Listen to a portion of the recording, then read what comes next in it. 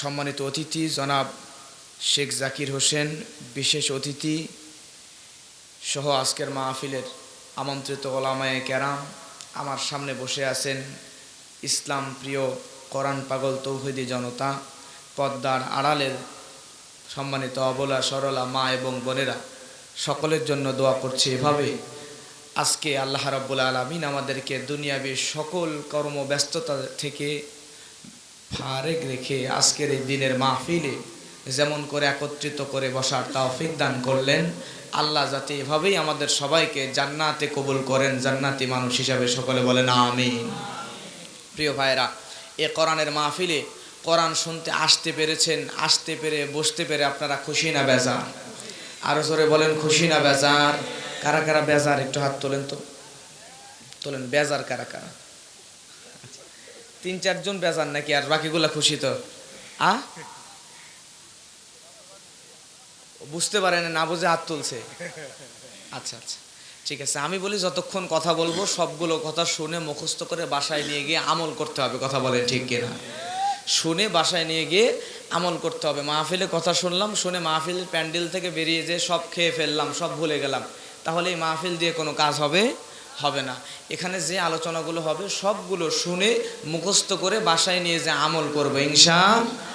এখন বলেন তো, এই মাহফিলে এসে আপনারা খুশি না বেজার? যারা হয়েছেন খুশি, মুখে নিয়ে হাসি, আওয়াজ দিয়ে বেশি উঁচু করে কাল্লা চিৎকার দিয়ে বলেন সুবহানাল্লাহ। প্রিয় ভাইরা, তেলাওয়াত করেছি কোরআন মাজিদ থেকে সূরা আল মুমিনুনের কয়েকটা আয়াত তেলাওয়াত করেছি। মোটামুটি আজকে সব মিলে সূরা মুমিনুনের 1 থেকে 11 নম্বর আয়াত, এই আয়াতগুলো থেকে 7টা এমন গুণাবলী বের করব, এমন গুণ বের করব, যেই গুণগুলা আমার মধ্যে আপনার মধ্যে যদি থাকে তাহলে আমাকে আপনাকে অবশ্যই এই গুণগুলো আমাদের ভিতরে থাকলে আল্লাহ অবশ্যই জান্নাতে দেবেন। সুবহানাল্লাহ বলবেন না? তাহলে গুণ কয়টা? 7টা। এমন 7টা গুণ আমরা সবাই মনোযোগ দিয়ে শুনে দেখব এই গুণটা আমার মধ্যে আপনার মধ্যে আছে কিনা, আমাদের পরিবারের লোকেদের মধ্যে, সমাজের লোকেদের মধ্যে, রাষ্ট্রের লোকেদের মধ্যে গুণগুলা আছে কিনা। যার যার মধ্যে এই গুণগুলা থাকবে বুঝবেন এই লোকটাকে অবশ্যই আল্লাহ জান্নাতে দেবেন। অবশ্যই আমরা এই গুণগুলো জেনে তারপরে আজকে বাসায় যাব ইনশাআল্লাহ। এখন বলেন তো গুণ কয়টা? আরো জোরে বলেন কয়টা? 7টা। তেলাওয়াত করেছি সূরা আল মুমিনুন। প্রিয় ভাইরা, এই সূরা আল মুমিনুন আল্লাহ কেন নাজিল করলেন, আমাদেরকে এই সূরা আল মুমিনুন দিয়ে কি জানাতে যাচ্ছেন, এগুলো আজকে জানবো। এই যে মাহফিলের আয়োজনটা করেছে, এই মাহফিলের আয়োজনের পিছনে একটা কারণ আছে না নাই? এই মাহফিলের আয়োজন করার পিছনে কারণ হচ্ছে মানুষগুলো দূর দূরান্ত থেকে আসবে এবং কোরআন থেকে সুন্নাহ থেকে শুনবে, জানবে এবং এগুলো নিজের জীবনের সঙ্গে মেলা নিজের জীবনকে কোরআনের আলোয় আলোকিত করে জান্নাতি মানুষ হয়ে যাবে। কথা বলেন ঠিক কিনা? আমার প্রিয় মুসলমান ভাইয়েরা, আল্লাহর নবীর সাহাবী হযরত ওমর রাদিয়াল্লাহু তাআলা আনহু তিনি একদিন হঠাৎ করে দেখলেন মৌমাছির ন্যায় গুনগুন গুনগুন গুনগুন করে আওয়াজ বের হয়। হযরত ওমর রাদিয়াল্লাহু তাআলা আনহু চিন্তা করলেন হয়তো আশেপাশে মৌমাছির চাক আছে। উনি খোঁজা শুরু করে দিলেন। খুঁজতে খুঁজতে হঠাৎ করে দেখলেন আসলে আশেপাশে কোথাও মৌমাছির চাক নাই, আশেপাশে কোনো জায়গায় মৌমাছিরে দেখা যায় না, বরং আল্লাহর নবীর উপরে এই মুহূর্তে মৌমাছির গুনগুন আওয়াজের নাই ওহী নাজিল হচ্ছে। সুবহানাল্লাহ। প্রিয় ভাইরা আমার নবীজির উপরে যখন ওহী নাজিল হতো, নবী আমার ঠান্ডার মধ্যেও ঘেমে যেতেন। আম্মাজান আয়েশা রাদিয়াল্লাহু তাআলা আনহা তিনি বলছেন প্রচন্ড ঠান্ডার মধ্যে আমি আয়েশা গায়ের মধ্যে কম্বল দিয়ে কাঁথা মুড়িয়ে বসা। এমন সময় আমি লক্ষ্য করে দেখলাম এত প্রচন্ড ঠান্ডার মধ্যে আল্লাহর নবীর শরীরটা ঘেমে যাচ্ছে। ঠান্ডার মধ্যে আল্লাহর নবীর শরীরটা কেন ঘামতেছে আমি আয়েশার বুঝতে আর দেরি হলো না। এই মুহূর্তে আল্লাহর নবীর উপরে আমার আল্লাহ ওহী নাজিল করতেছে। সুবহানাল্লাহ। তার মানে নবীজির উপরে যখন ওহী নাজিল হয়ে যায় নবীজির শরীর থরথর করে কাঁপেন। আমার নবীজির শরীর শুধু কাঁপেন না, দাড়ি মোবারক দিয়ে সিপ দিয়ে টপ টপ করে ঘাম ঝরতে থাকে। নবীজির চেহারা লাল বর্ণ ধারণ করে। ঘন্টা ধানির ন্যায় ওহী নাজিল হয়, মৌমাছির গুনগুন গুনগুন আওয়াজের ন্যায় ওহী নাজিল হয়। আল্লাহর নবীর ওপর ওহী নাজিল হলো। হযরত ওমর বুঝতে পারলেন আল্লাহর নবীর ওপরে ওহী নাজিল কমপ্লিট হওয়ার পরে আল্লাহর নবী এবার সঙ্গে সঙ্গে এমন করে হাত তুলে আল্লাহর কাছে দোয়া করতেছে, আল্লাহর কাছে বলতেছে, ইয়া রব্বুল আলামিন, আপনি আমাদেরকে দান করেন, কমায়া দিয়েন না। রব্বুল আলামিন, আপনি আমাদেরকে বেশি বেশি সম্মানিত করেন, অসম্মানিত করেন না। আল্লাহর নবী বলছে, আল্লাহ আপনি আমাদেরকে বরকত বাড়ায়া দেন, বরকত কমায়া দিয়েন না। শুধু তাই না, নবী আমার বলে, রব্বুল আলামিন তামাম উম্মতের চাইতে দুনিয়াতে যত নবীর উম্মত দুনিয়াতে আসে পাঠিয়েছিলেন, এই সব উম্মতের চাইতে উম্মতে মুহাম্মাদি আমার উম্মতদেরকে আপনি আল্লাহ বেশি সম্মানিত করেন। সুবহানাল্লাহ। প্রিয় ভাইয়েরা, আমার নবী আমার এমন করে দোয়া করলেন। করার পরে আল্লাহর নবী সাহাবীদেরকে ডাক দিয়ে বলে, সাহাবীরা তোমরা শুনে নাও, এই মুহূর্তে আল্লাহ রাব্বুল আলামিন আমি নবীর উপরে এই সূরাল মুমিনুন নাজিল করলেন। এই সূরার 1 থেকে 11টা আয়াত নবীজি তেলাওয়াত করলেন। করার পরে সাহাবীদেরকে বললেন, সাহাবীরা এই 11টা আয়াতের মধ্যে আল্লাহ রাব্বুল আলামিন 7টা গুণের কথা বলেছেন। এই 7টা গুণ যদি কোনো বান্দার মধ্যে পাওয়া যায়, এই বান্দা জান্নাতি জান্নাতি জান্নাতি, এই বান্দাকে আমার আল্লাহ জান্নাতে ঢুকায়া দিবেন। সুবহানাল্লাহ। তাহলে গুণ কয়টা? 7টা গুণ। প্রিয় ভাইয়েরা আমার, আল্লাহ রাব্বুল আলামিন 1 নম্বর আয়াতের মধ্যে বলছেন, কদ আফলাহাল মুমিনুন।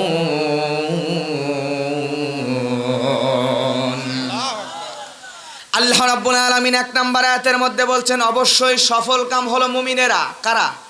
জোরে বলেন। অবশ্যই সফল কাম হলো মুমিনেরা। তার মানে সফল বান্দা তারা, মুমিন বান্দা যারা। কথা বলেন ঠিক কিনা?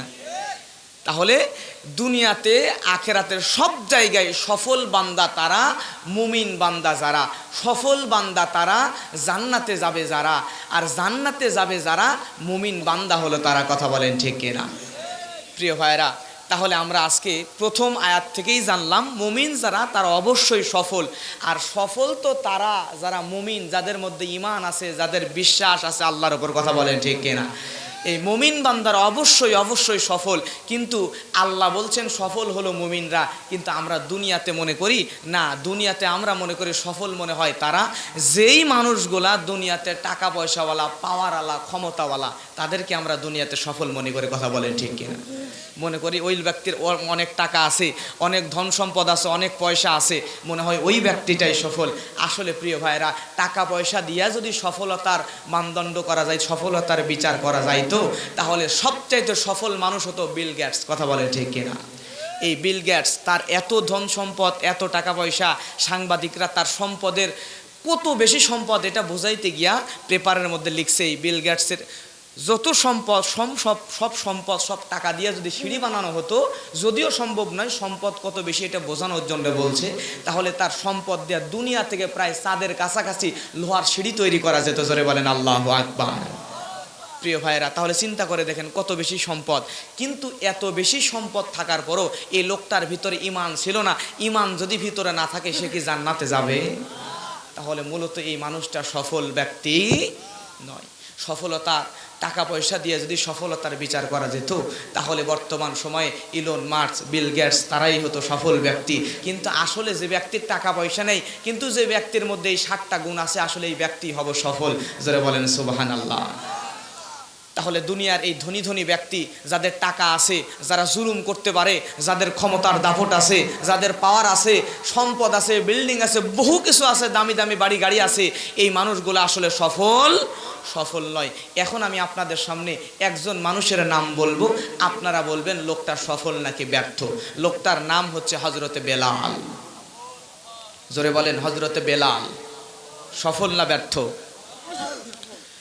আমার প্রিয় ভাইয়েরা, আল্লাহর নবী মেরাজ থেকে ফিরে আসলেন। আসার পরে বেলালকে ডাক দিয়ে বলে, বেলাল তুমি একটু আমার কাছে আসো। হযরতে বেলাল যখন নবীজির কাছে আসলেন, আসার পরে হযরতে বেলালকে আরেকটু কাছে নিলেন। নেওয়ার পরে হযরতে বেলাল ছিলেন কালো, বেলালের টাকা পয়সা ছিল না, সম্পদ ছিল না, গরিব, বংশমর্যাদাও ছিল না, এমন গরিব মানুষ, চেহারাটাও দেখতে সুন্দর নয়। এই বেলালকে নবী কাছে ডাকলেন, বেলাল তুমি একটু আমার কাছে আসো। বেলাল যখন নবীজির কাছে আসলেন, আসার পরে আমার নবীজি বেলালকে কাছে নিলেন। নেওয়ার পরে বেলালের কালো কপালের মধ্যে একটা চুমু এঁকে দিলেন। সুবহানাল্লাহ। নবী আমার হযরতে বেলালকে ডাক দিয়ে বলে, বেলাল তুমি একটু বলো তো, তুমি বেলালের স্পেশাল কোনো আমল আছে নাকি? হযরতে বেলাল বলে, ইয়া রাসূলুল্লাহ আমার তো স্পেশাল কোনো তেমন কোনো আমল নাই। আসলে কি তাই? সাহাবীদের অভ্যাস ছিল এমন, আমল করতেন বেশি, আমল করতেন আকাশচুম্বী, প্রচুর আমল করতেন, কিন্তু বলতেন কম। সুবহানাল্লাহ বলবেন না? কিন্তু আমাদের সমাজের মানুষগুলোর অভ্যাস, আমাদের অভ্যাস আমরা আমল করি কম আর বলি বেড়াই বেশি। কথা বলে ঠিক কিনা? প্রিয় ভাইয়েরা, জীবনে যে লোকটা নামাজ পড়ে না, হঠাৎ করে তাহাজ্জুদের নামাজ একদিন পড়ছে, পড়ার পরে যেখানেই যায়, চায়ের স্টলে যায়, দোকানে যায়, বাজারে যায়, আগেই যে বলে যে তাহাজ্জুদের নামাজ পড়তে যে এত মজা লাগে, মানুষকে শোনায়। কথা বলেন ঠিক কিনা? এক হাজী সাহেবের ওনার বাসায় কয়েকজন হুজুর সহ কয়েকজন যাওয়া হয়েছে। যাওয়ার পরে এই হাজী সাহেব হুজুরদেরকে দেখে বলতেছে, নামাজের ওয়াক্ত হয়ে গেছে, মসজিদের সভাপতি উনি, মসজিদটা বাসা থেকে একটু দূরে, তো বলতেছে নামাজের ওয়াক্ত যখন হয়ে গেছে আমরা বাসায় সবাই একসাথে জামাতে নামাজ আদায় করি।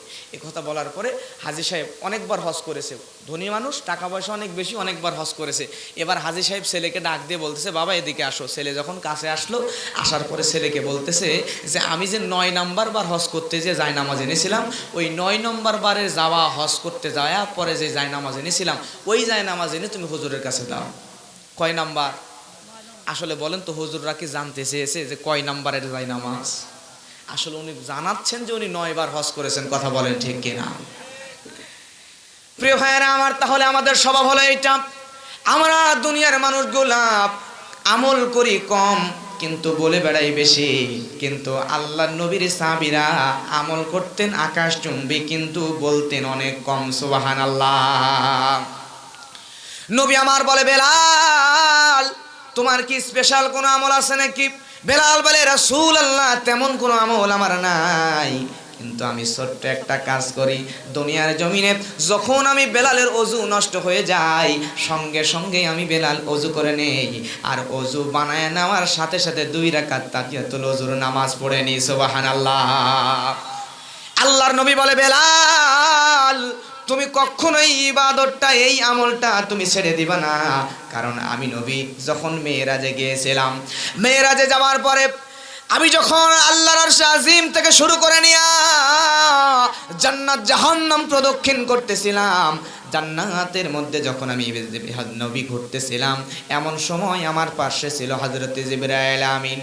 আমি হঠাৎ করে জান্নাতের ভিতরে কার যেন পায়ের আওয়াজ শুনতে পেলাম।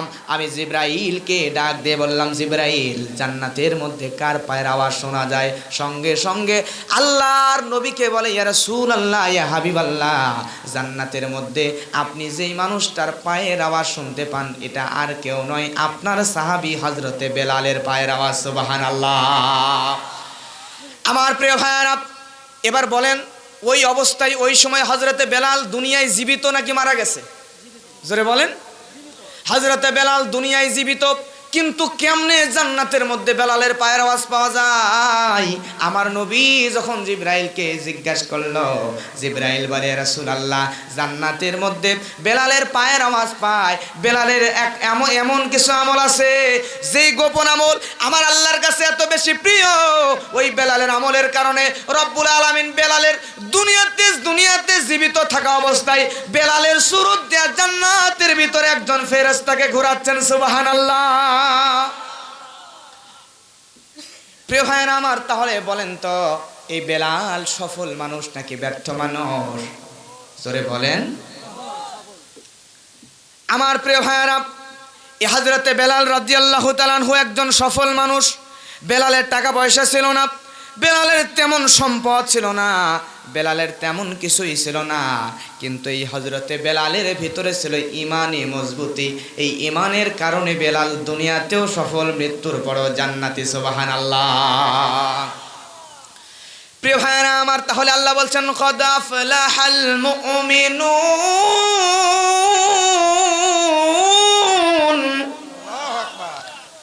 অবশ্যই সফল বান্দা তারা, অবশ্যই সফল কাম তারা, মুমিন বান্দা যারা। জোরে বলেন সুবহানাল্লাহ। প্রিয় ভাইরা আমার, তাহলে আমি বুঝাইতে চাচ্ছিলাম আমরা তখনই সফল হতে পারবো দুনিয়াতে বাড়ি গাড়ি টাকা পয়সা ব্যাংক ব্যালেন্স এগুলো সফলতার মানদণ্ডের বিচার করে না। বাড়ি গাড়ি টাকা পয়সা সম্পদ থাকলেই কিন্তু সফল মানুষ হওয়া যায় না। সফল মানুষ হতে চাইলে ইমানের দরকার আছে না নাই? আমি বলি আপনার যদি আমল কম হয় কিন্তু ইমান যদি আপনার মজবুত হয় তাহলে কিন্তু আল্লাহ রাব্বুল আলামিন আপনাকে জান্নাতে দেবেন। কথা বলেন ঠিক কিনা? কিন্তু ইমানই যদি না থাকে তাহলে জান্নাতে যাওয়া সম্ভব। আমল যদি কম হয় তারপরে জান্নাত দেবে কিনা? প্রিয় ভাইরা আমার, কেন বললাম কথাটা? আজকালকার সমাজে দেখেন, আমরা যখন অজু করি, অজু করার পরে যখন অজু ভেঙে যায় আবার নতুন করে অজু বানায় নিই। কথা বলেন ঠিক কিনা? অজু করেছি, করার পরে অজু ভেঙে গেছে, অজু ভেঙে গেল, আবার যে অজু বানায় নিচ্ছে, অজু করে নিচ্ছি। কিন্তু প্রিয় ভাইয়েরা, অজু ভাঙলে আবার নতুন করে অজু করে নিতে পারি, কিন্তু আমাদের আজকালকার সমাজে বর্তমান পরিস্থিতি এমন হয়ে গেছে যেই সমাজের মধ্যে অজু ভাঙার মতো আমাদের ইমানও ভেঙে যায়, আমরা টেরই পাই না। কথা বলেন ঠিক কিনা? অজু ভেঙে গেলে অজু করে নিই, কিন্তু ইমান যে কখন কোন অবস্থায় ভেঙে গেছে আমরা নিজেরাও জানি না। ঠিক না? প্রিয় ভাইরা, আমাদের সমাজে ইমান ভেঙে যায়, কিন্তু ইমানকে যে নবায়ন করা লাগবে, ইমানকে যে মজবুত করা লাগবে, এই ইমানই মজবুতির ব্যাপারে কোনো চিন্তা ভাবনা আমাদের অন্তরে নাই। আমাদের সমাজে, বর্তমান সমাজে মানুষ জান্নাতে যাবে কেমনে? আমি বলি জান্নাতে যদি যেতে চান তাহলে কারা লাগবে? দুইটা কাজ। দুইটা কাজ করলে অবশ্যই আল্লাহ আপনাকে জান্নাতে দিবে। সেটা হচ্ছে, এক নাম্বার, আপনার লাগবে জান্নাতে যাওয়ার জন্য শিরক মুক্ত ইমান। শিরক মুক্ত ইমান, এক নাম্বার শিরক মুক্ত ইমান, আর দুই নাম্বার বিদআত মুক্ত আমল। এই শিরক মুক্ত ইমান আর বিদআত মুক্ত আমল যদি আপনি ঠিক মতো করতে পারেন তাহলে অবশ্যই আল্লাহ আপনাকে জান্নাতে দিয়ে দেবে। কথা বলে ঠিক কিনা? কিন্তু আমাদের সমাজে ইমানের মধ্যে শিরক, আমলের মধ্যে বেদাত ঢুকে গেছে এত বেশি যে এটা সারাদিন সারা রাত 24 ঘন্টা বলে বলেও শেষ করা যাবে। আমার প্রিয় ভাইয়েরা, আমাদের সমাজে বলেন তো, তাবিজের ব্যবসা আছে না নাই? আছে না? আমাদের সমাজে কিভাবে মানুষের ইমান চলে যায়? আমাদের সমাজে মানুষগুলা আমাদের সন্তানদের কোমরের মধ্যে একটা কালো দৌড় বেঁধে দেই, আছে না নাই? এই দৌড় বেঁধে দিয়া আমাদের সমাজের নারীরা মনে করে এই কালো দৌড় বেঁধে দিলে মনে হয় সন্তানের কোমর চিকন হবে না, সন্তান সুস্থ থাকবে। হিন্দুদের মধ্যে দোকানের মধ্যে ধূপকাঠি জ্বালায়া দিয়ে মনে করি ধূপকাঠি দিলে দোকানে বরকত হবে, আছে না? আছে না? প্রিয় ভাইয়ারা আমার, এরপরে হাতের মধ্যে আংটি এগুলো পরে নিয়েছি, এক একটা আংটির মধ্যে এক একটা ফজিলত। এই আংটি আজমিরি শরীফ থেকে, এই আংটি আনছি বাবা শাহজালালের দরবার থেকে, এটা শাহফরান শাহ মাকদুম, আছে না নাই? 10 হাতের মধ্যে 10টা আংটি, এক একটা আংটির মধ্যে এক একটা ফজিলত। আসলে বিশ্বাস করেন, আপনি যদি আংটির ফজিলত নিয়ে চিন্তা করেন, এই আংটি আপনার ভালো মন্দ করতে পারে, এটা যদি চিন্তা করেন তাহলে এই আংটি আপনাকে জাহান্নামে নিয়ে যাওয়ার জন্য যথেষ্ট হয়ে যাবে। ঠিক কিনা? ইসলামিক স্কলারগণ বলছেন আংটি পরা যায়, পুরুষের জন্য স্বর্ণের আংটি পরা হারাম, আর আপনি আংটি পরতে পারেন সৌন্দর্যের জন্য, সমস্যা নাই। তবে যদি মনে করেন এই আংটি দিয়ে আপনার কোনো উপকার হবে, এই আংটি পরলে আপনি কোনো একটা ভালো ফজিলত পাবেন, এই ফজিলত লাভের আশায় যদি কোনো আংটি হাতের মধ্যে দেন তাহলে এই আংটি আপনাকে জাহান্নামে নিয়ে যাবে। কথা বলে ঠিক কিনা? আমাদের সমাজে এমন তাবিজের রমরমা ব্যবসা, মাঝে মধ্যেই কিছু ভণ্ড বুঝুর বের হয়। এই যে মোবাইলের মধ্যে এখন অনলাইনের যুগ, তথ্য প্রযুক্তির যুগ, আপনারা সবাই জানেন মোবাইলের মধ্যে অ্যাড আসে মাঝে মধ্যে, কামরুক্ষা থেকে প্রশিক্ষণপ্রাপ্ত আফগানিস্তান, তুরস্ক, লিবিয়া, ইন্দোনেশিয়া, দুবাই, কাতার, বাহরাইন, বিভিন্ন দেশ থেকে প্রশিক্ষণপ্রাপ্ত হুজুর দরবেশ আসছে। উনি এবার ওই প্রেম ভালোবাসার যাদের অমিল মিল করে দিচ্ছে, অমুকের মেয়ে সুন্দরী, আপনার পছন্দ হয়, আপনার বসে এনে দেবে, তাবিজটা নিয়ে যান। তারপরে আপনার সন্তান হচ্ছে না, এই তাবিজটা নিয়ে যান, সন্তান হয়ে যাবে। আচ্ছা বলেন তো, সন্তান দেওয়ার মালিক কে? জোরে বলেন কে? কোনো তাবিজ আপনার সন্তান দিতে পারে না। আপনি যদি চিন্তা করেন এই তাবিজ নিয়ে আপনার সন্তান হবে, আপনি যদি চিন্তা করেন এই তাবিজের কারণে আপনি সুন্দরী মেয়ে ভাগাইতে পারবেন, আমি চিন্তা করে বাংলাদেশের মানুষ এত বোকা কেন? আচ্ছা ভাই বলেন তো, একটা তাবিজ দিয়া যদি অমুকের সুন্দরী মেয়ে আপনার বসে আনায়া দেওয়া যাইতো, তাহলে আমি হুজুর কি তাবিজ দিয়ে আপনার কাছে সুন্দরী মেয়ে নিয়ে যাইতাম নাকি আমার কাছে নিয়ে আসতাম? তাবিজে যদি কাজ হইতো তাহলে বাংলাদেশের প্রত্যেকটা হুজুরের বউ হইতো সুন্দরী, কোনো হুজুরের অসুন্দর বউ হইতো না। জোরে বলেন ঠিক কিনা? আর যত অসুন্দর বউ এই সবগুলা যারা তাবিজের পিছনে দৌড়ায় ওই সমস্ত লোকেদের জন্য বাজেট করে রেখে দেওয়া হতো। কথা বলেন ঠিক কিনা? আপনার বোঝা উচিত, তাবিজ দিয়ে যদি বড় লোক হওয়া যাইতো, তাবিজ দিয়ে যদি ধন সম্পদ মাল কামানো যাইতো, তাহলে আমরা হুজুররা, বাংলাদেশে কোনো হুজুর গরিব থাকতো না, সব হুজুররা 10 তলা বিল্ডিংয়ের মালিক হইতো, বাংলাদেশের 10 জন 20 জন ধনীর মধ্যে সব হুজুর থাকতো, আর সব যারা ধনী আছে তাবিজের পিছনে দৌড়ায় এরা রাস্তায় থাল নিয়ে ভিক্ষা করতো। জোরে বলেন ঠিক কিনা? প্রিয় ভাইয়েরা আমার, তাহলে আজকে আমাদের সমাজের মানুষগুলো আমরা এইভাবে ঈমান নষ্ট করে ফেলে দিচ্ছি, ঈমান ধ্বংস করে ফেলে দিচ্ছি। কিন্তু বলেন তো, ঈমান ছাড়া জান্নাতে যাওয়া যাবে নাকি? জান্নাতে যাওয়ার জন্য লাগবে ঈমান। ঈমান যদি আপনার মজবুত হয়, ঈমান যদি শক্তিশালী হয়, তাহলে আপনার কম আমল থাকলেও আল্লাহ জান্নাতের মধ্যে ঢোকায় দেবেন। ঠিক কিনা? আল্লাহর নবীর সাহাবী বারা বিন আযিব রাদিয়াল্লাহু তাআলা আনহু তিনি বর্ণনা করছেন, আল্লাহর নবী একদিন, আমার নবীজি একদিন জিহাদের ময়দানে যাবেন, লৌহ পোশাক পরে রেডি হয়ে গেছেন, রণাঙ্গনে যাওয়ার জন্য বের হয়ে যাবেন। হঠাৎ করে একজন বিধর্মী নবীজির ইসলামের প্রতি আকর্ষিত হয়ে কালেমা পড়ার জন্য আমার নবীজির কাছে চলে এসেছেন। আসার পরে দেখতেছেন নবী আমার লৌহ পোশাক পরে রণাঙ্গনে যাওয়ার জন্য, জিহাদে যাওয়ার জন্য রেডি হয়ে আছে। আল্লাহর নবীর কাছে দাঁড়ানোর মতো কোনো টাইম, সময় নাই। ওই বিধর্মী চিন্তা করে, নবী তো এই মুহূর্তে যুদ্ধে যাবে, আমি যদি কোনো কথা বলতে যাই তাহলে দেরি হয়ে যাবে।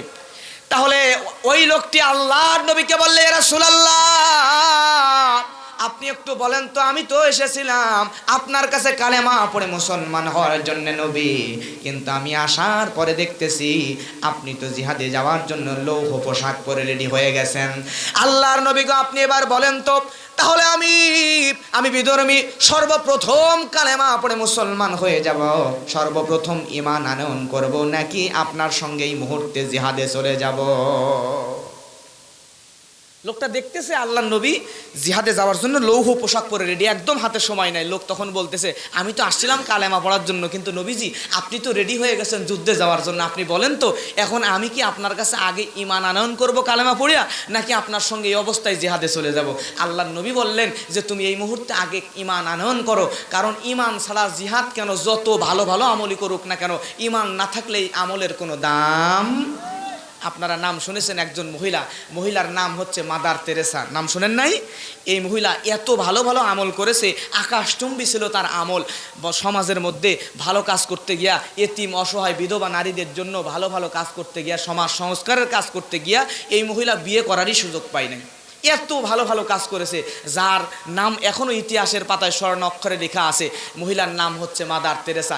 এত ভালো আমল করলো যে এই মহিলার ছিল না ঈমান, মুসলিম ছিল না, ঈমান ছিল না। বলেন তো, ঈমান যদি না থাকে তাহলে এই মহিলা কি জান্নাতে যাবে? প্রচুর ভালো ভালো আমল, কিন্তু তার ভিতরে ঈমানই নাই, তাহলে সে জান্নাতে যাবে না। প্রিয় ভাইয়েরা, তাহলে এ যতই আমল করুক না কেন, ঈমান ভিতরে না থাকলে জান্নাতে যাওয়া যাবে না। আর যদি ঈমান থাকে, আমল যদি কমও থাকে, তারপরও জান্নাত দিয়ে দেবেন। জোরে বলেন কে? প্রিয় ভাইয়েরা আমার, এইবারে আল্লাহর নবী দেখলেন ওই লোকটা নবীজির কাছে কালেমা পড়ে মুসলমান হয়ে গেল। হয়ে যাওয়ার পরে আমার নবীর সঙ্গে কালেমা পড়ার পরে দেরি করলেন না, কালেমা পড়ে মুসলমান হওয়ার পরেই নবীর সঙ্গে জিহাদের ময়দানে জিহাদ করার জন্য চলে গেলেন। জিহাদের ময়দানে জিহাদ করার জন্য যাওয়ার পরে এইবার এই মহিলা, এই লোকটা, বিধর্মী লোকটা সবেমাত্র যে কালেমা পড়ে মুসলমান হয়ে গেল, জিহাদের ময়দানে যাওয়ার পরে আল্লাহর নবীর পক্ষে, ইসলামের পক্ষে জিহাদ করলেন। জিহাদ করতে করতে, কাফেরদেরকে কচুকাটা করতে করতে লোকটা জিহাদ যখন শেষ হয়ে গেল, আল্লাহর নবী সাহাবীদেরকে বলল, ও আমার গাজী সাহাবীরা, শহীদ সাহাবীদেরকে তোমরা একত্রিত করো। আল্লাহর নবীর কথা অনুযায়ী সাহাবীরা যখন সব শহীদদেরকে একত্রিত করা শুরু করলেন, আল্লাহর নবী লক্ষ্য করে দেখলেন কিছুক্ষণ আগেই, একটু আগেই যেই লোকটা আমার কাছে কালেমা পড়ে মুসলমান হয়ে সর্বপ্রথম জিহাদ করতে এসেছে, এই লোকটাও একটু আগে কালেমা গ্রহণ করলো। এই লোকটাও জিহাদ করতে এসে ইন্তেকাল করেছে, শহীদ হয়ে গিয়েছে। সুবহানাল্লাহ। আল্লাহর নবী লোকটাকে দেখে বলতেছে, আরে এই লোকটা তো বেশি আমল করতে পারলো না। বেশি আমল করতে, কারণ কিছুক্ষণ আগেই যে লোকটা ঈমান আনয়ন করেছে, জিহাদে এসেই মারা গেছে, তার ভাগ্যে বেশি আমল করা জোটে নাই। কিন্তু যদিও আল্লাহর নবী বলছে যদিও বেশি আমল করতে পারে নাই, তারপরও জান্নাতি জান্নাতি জান্নাতি, লোকটা জান্নাতি। সুবহানাল্লাহ বলবেন না? আমল করেছে কম, কিন্তু তার ঈমান ছিল মজবুত। ঈমান আনয়ন করার কারণে লোকটাকে জান্নাতে দিয়ে দিবেন কে? আমার প্রিয় ভাইয়েরা, হযরতে খাদিজা রাদিয়াল্লাহু তাআলা আনহার জীবনী পড়ে দেখেন, আম্মাজান খাদিজার ইন্তেকালের পরের নামাজ ফরজ হয়েছে। আম্মাজান খাদিজা জীবদ্দশায়, উম্মাহাতুল মুমিনিন হযরতে খাদিজা তার জীবদ্দশায় ফরজ নামাজ পান নাই। আম্মাজান খাদিজা তার জীবদ্দশায়, জীবিত অবস্থায় ফরজ রোজা পান নাই, ফরজ হজ পান নাই, ফরজ যাকাতও পান নাই। কিন্তু আম্মাজান হযরতে খাদিজা রাদিয়াল্লাহু তাআলা আনহা তিনি যখন জীবিত ছিলেন নফল নামাজ পড়েছেন, ফরজ নামাজ ভাগ্যে জোটে নাই। তার মানে বেশি আমল তিনি করতে পারেন নাই, ফরজ নামাজ পান নাই, ফরজ হজ পান নাই, ফরজ যাকাত পান নাই। তাহলে পেলেন কি? কোন এইগুলো ফরজ হওয়ার আগেই উনি ইন্তেকাল করে দুনিয়া ছেড়ে বিদায় হয়ে গেলেন। এই আম্মাজান খাদিজা রাদিয়াল্লাহু তাআলা আনহার ইতিহাস জীবনী পড়ে দেখেন। কিছুদিন আগে আমি উমরায় গিয়েছিলাম। উমরায় যাওয়ার পরে যেটাকে কোরআন নাজিলের পাহাড় বলা হয়, জাবালে নূর, জাবাল অর্থাৎ পাহাড়, জাবালে নূর পর্বতের মধ্যে হেরা গুহার মধ্যে আল্লাহর নবী যেখানে ধ্যানমগ্ন অবস্থায় থাকতেন, নবী আমার যেই জায়গায় ধ্যানমগ্ন অবস্থায় থাকতেন, এই জাবালে নূর পর্বতের হেরা গুহার মধ্যে আল্লাহর নবীর কাছে জিবরাইল আমিন আসতেন। আমি ওই জায়গায় উঠেছিলাম, ওই পাহাড়ের একদম সর্বোচ্চ চূড়ায় ওঠার চেষ্টা করেছিলাম, উঠেছিলাম। আল্লাহর নবীর উপরে যেখানে কোরআন নাজিল হয়েছে ওইখানেও গিয়েছিলাম। আমি জায়গায় যাওয়ার পরে আমি অবাক হয়ে গেলাম এই কারণ আমি ভেবে দেখলাম, আহারে আল্লাহর নবী এই পাহাড়ের উপরে দীর্ঘদিন ওঠানামা করেছেন। বর্তমান আরাবিয়ান সরকার, সৌদি আরবের সরকার এখন ওই জাবালে নূর পর্বতে ওঠার জন্য সুন্দর করে সিঁড়ি করে দিয়েছে আমাদের ওঠার সুবিধার্থে। 1/2 কিলোমিটার পর পর বসার জন্য জায়গাও, ছাউনিও বানিয়ে দিয়েছে। কিন্তু 1500 বছর আগে রেস্ট করার বসার জায়গা ছিল না, তৃষ্ণা লাগলে পানির ব্যবস্থা ছিল না। এখন তো আরাবিয়ান নারী গোলাপ, নাইজেরিয়ান নারী গোলাপ, সুদানিয়ান নারী গোলাপ ওই জায়গার পানির বোতল হাতে নিয়ে ঘুরে বেড়ায়। হাজী সাহেবরা যখন তৃষ্ণার্ত হয়ে যায় তাদেরকে পানির বোতল দিয়ে দেয়। কিন্তু এক তৎকালীন সময় পানি খাওয়ার ব্যবস্থা ছিল না, ওঠার জন্য সিঁড়ির কোনো ব্যবস্থা ছিল না। আমার নবীজি ইসলামের জন্য, দ্বীনের জন্য কত কষ্ট করেছেন। ওই জাবালে নূর নিচ থেকে তাকালে মনে হয় আসমানের মেঘের সাথে মনে হয় ঠেকে গেছে। শীতকালে তাকালে এরকম মনে হয়, কুয়াশায় ঠেকে গেলে মনে হয় আসমানটা মনে হয় ওপরে ঠেকে গেছে। প্রায় 3.5 মাইল লম্বা জাবালে নূর পর্বত, যেই পর্বতের সর্বোচ্চ চূড়ায় উঠতে গিয়া আমার মতো যুবক মানুষের 45 মিনিট থেকে শুরু করে নেওয়া প্রায় 1.5 ঘন্টার মতো সময় লেগেছিল। এত লম্বা পাহাড়ে আমার নবীজি নিয়মিত উঠতেন। আম্মাজান খাদিজাও এখানে আসতেন। আল্লাহর নবীর সামনে একদিন জিবরাইল আমিন বসা। এমন সময় আল্লাহর নবীর কাছে যখন আম্মাজান খাদিজা আসবে, এমন সময় আল্লাহর নবী জনাব মুহাম্মদ রাসূলুল্লাহ সাল্লাল্লাহু আলাইহি ওয়াসাল্লামকে জিবরাইল আমিন ডেকে বলে, ইয়া রাসূলুল্লাহ, এই মুহূর্তে আমি চলে যাব, কিন্তু হযরতে খাদিজা উম্মাহাতুল মুমিনিন খাদিজা তো আপনার কাছে আসতেছে। আল্লাহর নবী গো শুনে নেন, ও নবী, আপনাকে আমি বলে দিতে চাই, আম্মাজান খাদিজার ইমানি জজবা দেখে, ইমান দেখে আমার আল্লাহ এত বেশি খুশি হয়েছেন। আল্লাহর নবী গো, আম্মাজান খাদিজার জন্য, হযরতে খাদিজার জন্য আল্লাহ রব্বুল আলামিন তিনটা সুসংবাদ আপনার কাছে আমি জিবরাইলের মাধ্যমে পাঠাইছেন। সুবহানাল্লাহ। সুসংবাদ কয়টা? খুব লক্ষ্য করে দেখেন। আম্মা জান উম্মাহাতুল মুমিনিন হযরতে খাদিজা রাদিয়াল্লাহু তাআলা আনহু তার আমল কিন্তু ওইরকম বেশি করতে পারে নাই, সুযোগ পান নাই, ফরজ নামাজ পান নাই, ফরজ রোজা পান নাই, ফরজ হজ পান নাই, ফরজ যাকাত পান নাই, বড় বড় আমলগুলো তার জীবদ্দশায় ফরজ হয় নাই। তারপর আল্লাহ তাআলা তার ঈমান দেখে, ঈমানি মজবুতি দেখে আমার আল্লাহ হযরতে খাদিজার জন্য 3টা উপহার পাঠায়া দিলেন। জিবরাইল আমিন বলে, রাসূলুল্লাহ হযরতে খাদিজার ঈমানি জজবা দেখে, আপনার প্রতি ভালোবাসা দেখে, আপনাকে অভিভাবকের মতো বিপদ আপদে আপনি নবীকে এত সুন্দর করে, হযরতে খাদিজা এত সুন্দর করে বিপদ আপদে আপনাকে ধৈর্য ধারণ করার জন্য অভিভাবকের ভূমিকা পালন করে, কত সুন্দর সুন্দর কথা বলে। আপনার প্রতি ভালোবাসা দেখে, নবীকে ভালোবাসলে ওই ব্যক্তি কার ভালোবাসা পাবে? জোরে বলেন। قل إن كنتم تحبون الله فاتبعوني يحببكم الله ويغفر لكم ذنوبكم والله غفور رحيم। আল্লাহু আকবার। আল্লাহর নবীকে ভালোবাসলে আল্লাহকে পাওয়া যায়। প্রিয় ভাইরা আমার, আম্মাজান খাদিজা নবীকে এত ভালোবাসতেন, হযরতে খাদিজার ঈমানি মজবুতি ছিল এত বেশি, যার কারণে হযরতে খাদিজার সম্বন্ধে জিবরিল আমিন আল্লাহর নবীকে বলছেন, আল্লাহর নবী গো খাদিজার ঈমানি মজবুতি আল্লাহর কাছে এত বেশি পছন্দনীয় হয়ে গেছে, আপনার প্রতি ভালোবাসার তার ঈমান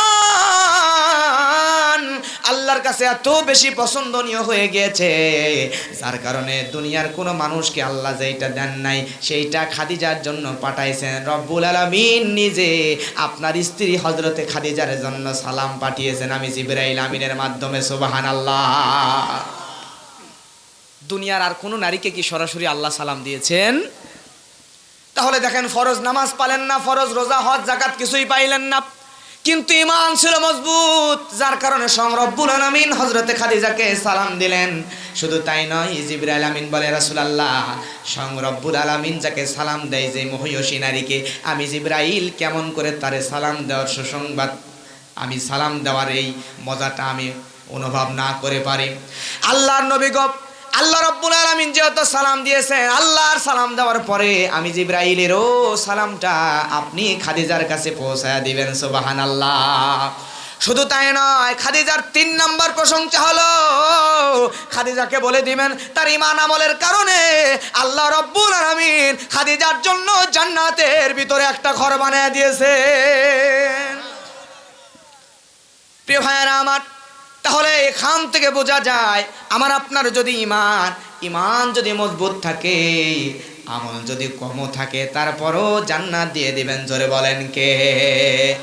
এজন্য যতটুকুই করব শিরিক মুক্ত ঈমান, বিদআত মুক্ত আমল, ইনশাআল্লাহ যতটুকুই করেন শিরিক মুক্ত ঈমান যদি মজবুত করতে পারেন আর বিদআত মুক্ত আমল যদি করতে পারেন, তাহলে আমাকে আপনাকে আল্লাহ জান্নাত দিয়েই দিবে ইনশাআল্লাহ। প্রিয় ভাইয়েরা আমার, তাহলে মুমিন বান্দা যারা, কদ আফলাহাল মুমিনুন, সফল কাম তারা মুমিন বান্দা যারা, ঠিক না? আল্লাহর নবী জনাবে মুহাম্মদ রাসূলুল্লাহ সাল্লাল্লাহু আলাইহি ওয়াসাল্লাম তিনি যখন মেরাজ থেকে ফিরে আসলেন, আসার পরে আবু জেহেল আল্লাহর নবীকে ডাক দিয়ে বলে, মুহাম্মদ বিন আব্দুল্লাহ তুমি বলো, তোমার কাছে তোমার নতুন ধর্মের নতুন কোনো তথ্য আছে নাকি, তুমি বলো। সঙ্গে সঙ্গে আবু জেহেল্লার কাছে আল্লাহর নবী বলল, আমার চাচা, আমি গত রাত্রিতে মেরাজে গিয়েছিলাম, গত রাত্রিতে আরশে আজিম থেকে শুরু করে নিয়ে জান্নাত জাহান্নাম প্রদক্ষিণ করে আমি এক রাত্রিতে আবার দুনিয়ার জমিনে ফিরে এসেছি। এমন কথা বলার পরে সঙ্গে সঙ্গে আবু জেহেল্লা বলে, মুহাম্মদ বিন আব্দুল্লাহ তুমি যে পাগল, মিথ্যাবাদী, এটা প্রমাণ করার জন্য আমার কাছে কোনো ডকুমেন্ট ছিল না, আমার কাছে কোনো প্রমাণ ছিল না, কিন্তু আজকে তোমার কথা শোনার পরে প্রমাণ পেয়ে গেলাম তুমি যে পাগল আর মিথ্যাবাদী, এটা প্রমাণ করার জন্য আর কোনো ডকুমেন্ট লাগবে না, এটা তুমি যেটা বললা এটা বললেই তুমি পাগল প্রমাণের জন্য যথেষ্ট হয়ে যাবে। নাউজুবিল্লাহ। আল্লাহর নবী মনে বড় কষ্ট পেলেন। আবু জেহেল চিন্তা করে, মুহাম্মদ বিন আব্দুল্লাহর বিরুদ্ধে পুরো মক্কার মধ্যে আমি আবু জেহেল্লা সব মানুষদের কাছে তার বিরোধিতা করে কথাগুলো বলে দিব। এইবার আবু জেহেল যাইতে যাইতে সর্বপ্রথম যে মানুষটার সঙ্গে দেখা, মানুষটার নাম হলো হযরতে আবু বকর। সুবহানাল্লাহ বলবেন না? হযরত আবু বকরকে ডাক দিয়ে বলে, আবু বকর তুমি কি জানো তোমার বন্ধু আবু বকর, তোমার বন্ধু মোহাম্মদ পাগল হয়ে গেছে। আবু বকর বলে, বলো কি, কেন, কারণ কি? হযরত আবু বকরকে ডাক দিয়ে বলে, আবু বকর শোনো, তোমার বন্ধু মোহাম্মদ বিন আব্দুল্লাহ সে বলছে সে নাকি একই রাত্রিতে মেরাজে আরশে আজিম থেকে শুরু করে নিয়ে জান্নাত জাহান্নাম প্রদক্ষিণ করে আবার নাকি একই রাত্রিতে দুনিয়াতে ফিরে এসেছে। তুমি বলো তো এই কথা বলার পরে তাকে পাগল বলার জন্য আর কোনো ডকুমেন্টের দরকার আছে নাকি? হযরত আবু বকর বলে, আবু জেহেল শোনো, মোহাম্মদ বিন আব্দুল্লাহ সত্যই কে কথা বলেছে নাকি? সঙ্গে সঙ্গে আবু জেহেল বলতেছে, তোমার যদি বিশ্বাস না হয় তাহলে তুমি ওই হযরতে মোহাম্মদ বিন আব্দুল্লাহর কাছে গিয়েই তুমি জিজ্ঞাসা করে দেখো। হযরত আবু বকর বলে, রে আবু জেহেল তুমি একটু শুনে নাও। ওই মোহাম্মদ বিন আব্দুল্লাহ যদি সত্যই বলে থাকে মেরাজে গিয়েছিল, তাহলে আমি আবু বকর তার মেরাজটাকে বিশ্বাস করে নিলাম। সুবহানাল্লাহ। কারণ আমি আবু বকর কোনোদিন আল্লাহকে দেখি নাই, আমি আবু বকর কোনোদিন জান্নাত দেখি নাই, কোনোদিন জাহান্নামকেও দেখি নাই। কিন্তু যেদিন মোহাম্মদ বিন আব্দুল্লাহ বলেছে আল্লাহ আছে, ওই দিন থেকে শুরু করে নিয়া না দেখা আল্লাহর ওপর বিশ্বাস স্থাপন করেছি। যেই দিন বলেছে জান্নাত আছে, ওই দিন থেকে শুরু করে নিয়ে জান্নাতে যাওয়ার জন্য মনের মধ্যে জায়গা করে নিয়েছি, আল্লাহর ইবাদত করা শুরু করে দিয়েছি। যেই দিন বলেছে জাহান্নাম আছে, ওই দিন থেকে জাহান্নামের ভয় অন্তরের মধ্যে গেঁথে নিয়েছি। রে আবু জেহেল তুই শোনে নে, আমি আবু বকর যদি মোহাম্মদ বিন আব্দুল্লাহর কথায় না দেখা জান্নাতকে বিশ্বাস করতে পারি, না দেখা জাহান্নামকে বিশ্বাস করতে পারি, না দেখা আল্লাহকে বিশ্বাস করতে পারি, তাহলে আমি মোহাম্মদ বিন আব্দুল্লাহর কথায় না দেখা মেরাজটাকেও বিশ্বাস করে নিলাম। আমার প্রিয় ভাইয়েরা, তাহলে এরকম বিশ্বাস অন্তরের মধ্যে আনার দরকার। জোরে বলেন আছে না নাই? যদি অন্তরের মধ্যে বিশ্বাস আনতে পারেন, তাকওয়ার খোদাভীতি অর্জন করতে পারেন, তাহলে জান্নাত দিয়ে দিবেন। জোরে বলেন তো কে? তাহলে বলছিলাম কদ আফলাহাল মুমিনুন, আল্লাহ বলছেন সফল বান্দা তারা, মুমিন বান্দা যারা। এবার বলেন তো, বলেছিলাম মুমিন বান্দা যারা তাদের গুণ কয়টা? জোরে বলেন কয়টা? আল্লাহ রাব্বুল আলামিন পরের আয়াতে বলছেন আল্লাযীনা হুম ফি সালাতিহিম খাশিউন।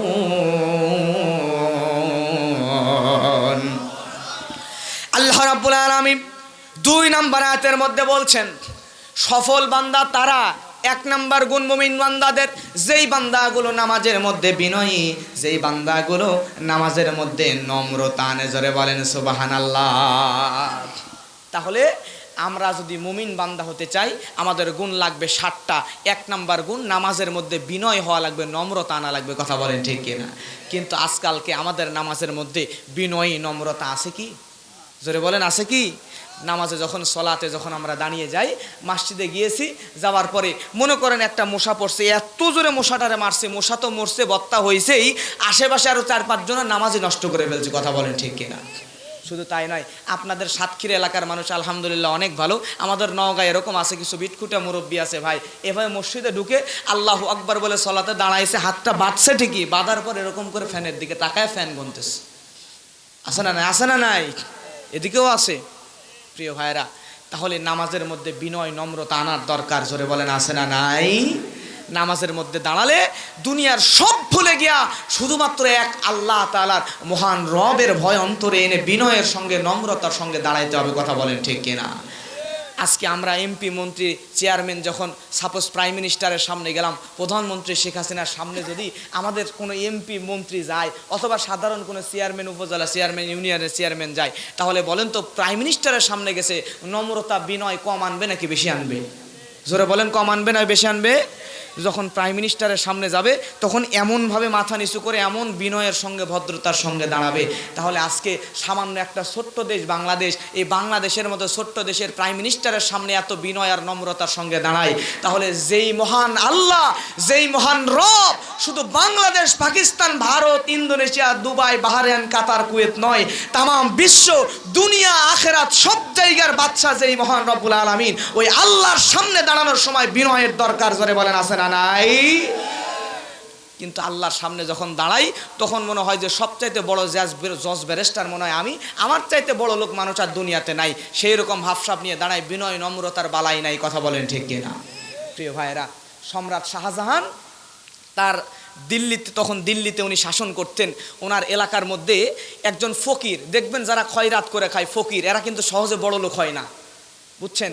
যারা পরিশ্রম করে এরা গরিব হলেও হঠাৎ করে আল্লাহ বড় লোক করে দেয়। কিন্তু যারা হাত পাতা অভ্যাস, ভিক্ষা করে খাওয়া অভ্যাস, এই শ্রেণীর মানুষ সহজে বড় লোক হয় না।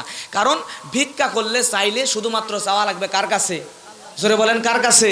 আল্লাহর কাছে। কিন্তু যারা মানুষের কাছে সব সময় চেয়ে বেড়ায়, এই মানুষদের জীবনে আল্লাহ ইচ্ছা করে উন্নতি দেয় না। তো এক ফকির সম্রাট শাহজাহানের, যিনি ওই সম্রাট শাহজাহানের রাষ্ট্রের মধ্যে এক ফকির খয়রাতি করতেছে। 20 বছর আগেও ভিক্ষা করছে, এখনও ভিক্ষা করতেছে। এখন এক লোক জিজ্ঞেস করতেছে, 20 বছর আগেও দেখলাম তুমি ভিক্ষা করতা, এখনও ভিক্ষা করতেছে, তোমার কি জীবনের কোনো উন্নতি নাই? লোকটা তখন বলতেছে, 20 বছর আগে মানুষ দিত 5 পয়সা 10 পয়সা, আর এখন দিচ্ছে 1 টাকা 2 টাকা, সর্বোচ্চ 5 টাকা। বুঝতে পারছেন? তাহলে কি বড় লোক হওয়া সম্ভব? বড় লোক কেমনে হবো বলো? তখন ওই লোকটা বলতেছে, তুমি তো ভিক্ষা চাও সাধারণ মানুষের কাছে, আমার কাছে আপনার কাছে ভিক্ষা চাইলে বড় জোর সর্বোচ্চ 100 টাকা দিতে পারি, আর বেশি আমরা দিতে পারি না। এজন্য এখন আমার কাছে আপনার কাছে না এসে যদি কোনো মানুষ সরাসরি প্রাইম মিনিস্টারের কাছে যায়, শেখ হাসিনার কাছে গিয়া ওনাকে যদি বলে যে মাননীয় প্রধানমন্ত্রী, প্রাইম মিনিস্টার আপনি আমার একটু ভিক্ষা দেন, তাহলে উনি কি 10 টাকা 20 টাকা 5 টাকা 1 টাকার কয়েন দিতে পারবে? মিনিমাম 5,000 10,000 50,000 1 লাখ টাকা দিবে। কথা বলেন ঠিক কিনা?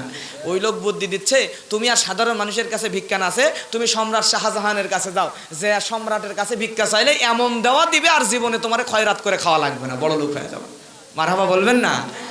লোকটা সম্রাট শাহজাহানের দরবারে চলে গেছে। যাওয়ার পরে সম্রাট শাহজাহান যে ঘরের মধ্যে আছে, ওই ঘরে গিয়া ঘরের পাশে গেছে, গিয়ে দেখতেছে এক জায়গায় বসে উনি চোখের পানি দিয়া দাড়ি ভিজে, শরীর জামা জুব্বা পাঞ্জাবি সব ভিজে যাচ্ছে, এরকম করে আল্লাহর কাছে কাঁদতেছে, একা একা কাঁদতেছে। কাদা দেখে এইবার ফকিরের মাথা ঘুরে গেল, চিন্তা করলো, কিরে আমি তো আসছি সম্রাট শাহজাহানের কাছে ভিক্ষা চাওয়ার জন্য, কিন্তু আমাদের বাচ্চা, এই বাচ্চা আবার না জানি কোন বাচ্চার কাছে ভিক্ষা যাচ্ছে।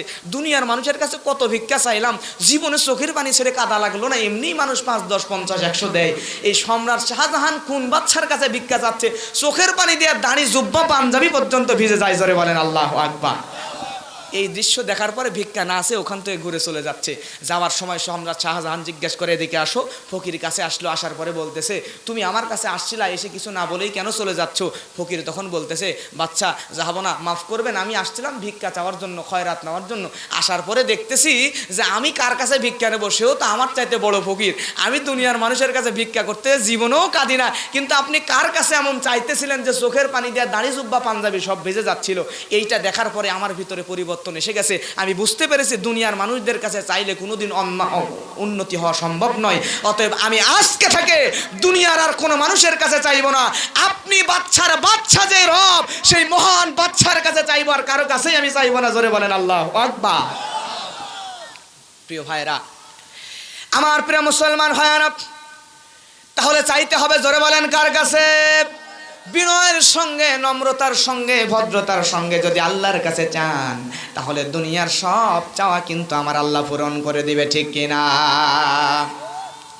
এজন্য একমাত্র আল্লাহ রাব্বুল আলামিনের কাছেই চাইতে হবে। ও দুনিয়ার মানুষরা, ও সাতক্ষীরার কোরআন পাগল মুসলমানেরা, গভীর মনোযোগ দিয়ে শুনতে হবে।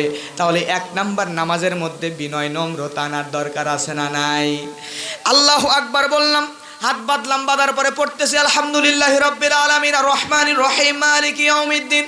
সুন্দর করে কোরআন তেলাওয়াত করতেছি, সূরা ফাতিহা পড়তেছি, মুখে বলতেছি আলহামদুলিল্লাহি রাব্বিল আলামিন, কিন্তু অন্তরের মধ্যে চিন্তা আলহামদুলিল্লাহি রাব্বিল আলামিনের নাই। অন্তরে মনে মনে চিন্তা করতেছি, নামাজে আসার আগে বউ তো বাজার করে আনতে বলছে, বউ আসলে সরিষার তেল নাকি কেরাসিনের তেল কিনতে বলেছিল, এটা তো ভুলে গেছে। আল্লাহু আকবার বলছি, পড়ছি আলহামদুলিল্লাহি রাব্বিল আলামিন, কিন্তু মন বউ আর বাজারের মধ্যে। ঠিক না প্রিয় ভাইরা আমার? দেখেন আল্লাহ রাব্বুল আলামিন বলেন, ওয়া ইন্নাকা লাআলা খুলুকিন আযীম। চরিত্রের সার্টিফিকেট দিলেন নবীজির স্বয়ংকে রব্বুল আলামিন, স্বয়ং নিজে চরিত্রের সার্টিফিকেট দিয়ে দিলেন। শুধু তাই নয়, আল্লাহ বলেন, ওয়া মা আরসালনাকা ইল্লা রাহমাতাল লিল আলামিন। আল্লাহু আকবার। তামাম বিশ্ববাসীর জন্য রহমত বানিয়ে দিলেন আমাদের নবীকে। সেই নবী নামাজে দাঁড়ায় গেছে। আব্দুল্লাহ শেখ রাদিয়াল্লাহু তাআলা আনহু বর্ণনা করেন, আরেকজন সাহাবী বর্ণনা করেন, 2-3 জন সাহাবীর বর্ণনা পড়লাম। একজন বলতেছে নবী আমার যখন নামাজে দাঁড়ায় যেতেন, আল্লাহু আকবার বলে গভীর রাত্রে নামাজে দাঁড়ায় গেলেন, মা বোনেরা তরকারির মধ্যে যখন তরকারি রান্না করে হাঁড়ির মধ্যে, ওই হাঁড়ির মধ্যে থেকে যে ফড় ফড় ফড় ফড় আওয়াজ বের হয়, আমার নবীজি যখন নামাজে দাঁড়ায় যেতেন ওই তরকারির হাঁড়ি নাই ফড় ফড় ফড় ফড় আওয়াজ করে আমার নবীজি চোখের পানি ছেড়ে দিয়ে আল্লাহর কাছে কাঁদতেন, সুবহানাল্লাহ। তাহলে যেই নবীর আগে গুনাহ নাই পরে গুনাহ নাই, গুনাহমুক্ত নবী যিনি, ওই গুনাহমুক্ত মানুষটাও যদি নামাজের মধ্যে রবের ভয়ে এমন করে কাঁদে, তাহলে আমরা গুনাহগার, আমাদের জীবনে গুনার অভাব নাই। উঠতে গুনাহ, বসতে গুনাহ, চলাফেরা করতে গুনাহ, যেখানেই যাই গুনাহ ছাড়া কোনো মানুষ নাই। তাহলে এত গুনাহ, এই গুনাহ নিয়ে আল্লাহর কাছে কান্নাকাটি করার দরকার, জোরে বলেন আছে না নাই? চোখের পানি ছেড়ে দিয়ে কাঁদতে হবে। আমাদের চোখ হৃদয় তখন পাথরের মতো হয়ে গেছে। সব হয়, হাসতে পারি মন খুলে, কিন্তু কাঁদতে পারি না। কান্নার ট্রেনিং নিতে হবে, কান্নার প্র্যাকটিস করতে হবে। নামাজে যখন দাঁড়িয়ে যাব, নামাজে দাঁড়িয়ে গেলে চোখের পানি ছেড়ে দিয়ে কাঁদার চেষ্টা করতে হবে ইনশাআল্লাহ। প্রিয় ভাইয়েরা আমার, তাহলে নামাজের মধ্যে বিনয় নম্রতা আনার দরকার আছে না নাই? আল্লাহর নবীর সাহাবী হযরত খুবাইব রাদিয়াল্লাহু তাআলা আনহু, নাম কি? প্রিয় ভাইয়েরা আমার, কষ্ট হচ্ছে, শেষ করে দিব। কতক্ষণ চালাবো? না সারা রাত না, আমি যদি আরো 2-3 ঘন্টা ওয়াজ করার পরেও যদি বলি কতক্ষণ করবো, আবহাওয়া যদি ভালো থাকে, আমি বুঝি কিছু আবেগের শ্রোতা আছে, তারা বলবো হুজুর সারা রাত চালান। এগুলো আবেগের কথা, বিবেক দিয়ে কথা বলতে হবে। আবেগকে প্রশ্রয় দিলে হবে না। কারণ বেশি রাত ধরে কথা বললে, বেশিক্ষণ এখানে বসায় রাখলে ফজরের নামাজ কাজা হয়ে যাবে। আপনার ফজরের সালাত কাজা করে আপনি এখন ওয়াজ শুনলে ফেরেশতা এসে আমার আগে ধরবে, কথা বলেন ঠিক কিনা? অতএব আপনার ধৈর্যের শ্রুতি বাঁধ ভেঙে যাওয়ার আগে আমি ছেড়ে দেবো। আল্লাহ আমাকে এই বয়সে বাংলাদেশে প্রায় 57-58টা জেলায় নিয়েছেন। এক একটা জেলায় যাওয়ার পর এতটুকু বুঝতে শিখেছি কখন মানুষের ধৈর্যের শ্রুতি ভেঙে যায়।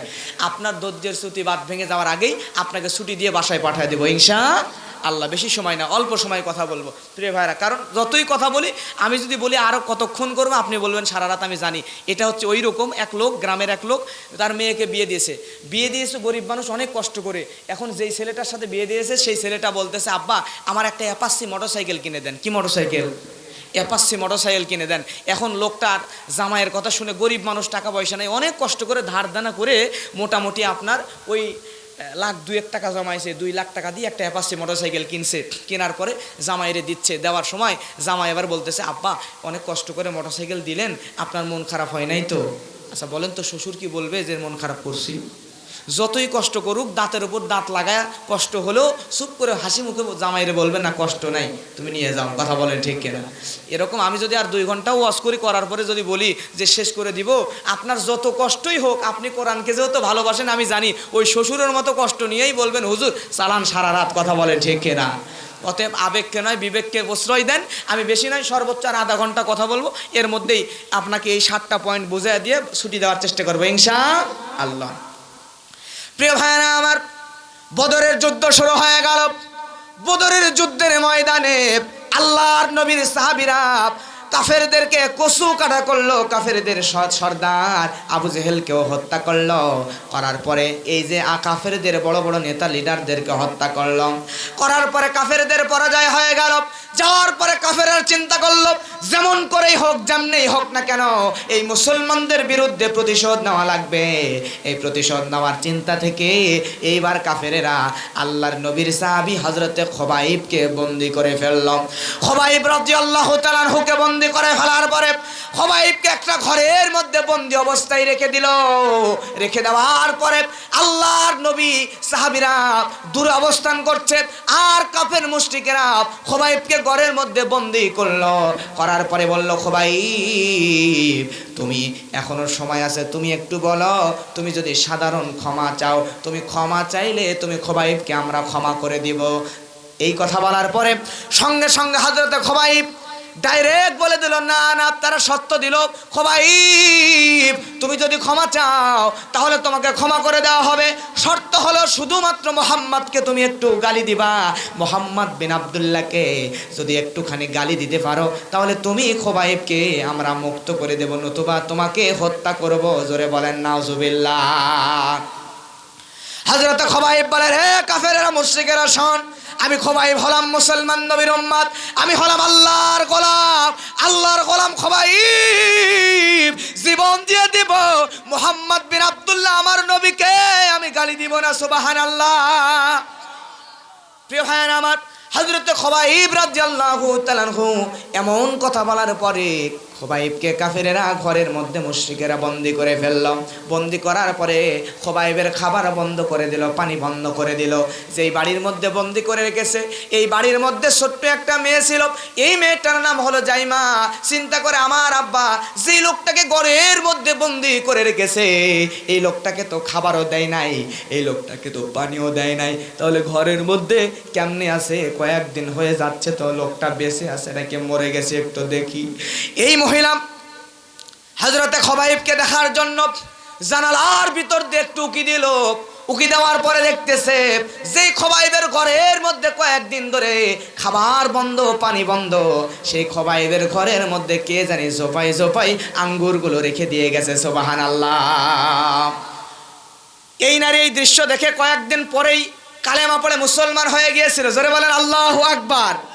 খোবাইবকে ডাক দিয়ে বলল, খোবাইব তুমি একটু বলো তো, তুমি একটু বলো, তোমার তো খাবার বন্ধ করে দিয়েছিল, পানি বন্ধ করে দিয়েছিল, তাহলে তোমার ঘরের মধ্যে এরকম আঙ্গুরগুলো কই পাইলা? তাও সাধারণ কোনো আঙ্গুর না, আমাদের দেশের মতো ছোট ছোট সাইজের আঙ্গুর না, এইরকম বড় বড় সাইজের আঙ্গুর। মুখের মধ্যে দিয়ে রস দিয়ে খোবাইবের মুখটা ভরে যায়। খোবাইবকে ডাক দিয়ে বললো, খোবাইব তুমি আঙ্গুরগুলো কোত্থেকে পেলা, কোত্থেকে পেলা? খোবাইব জানায় দেয়, এই আঙ্গুরগুলা কোথায় থেকে পেলাম জানতে চাও?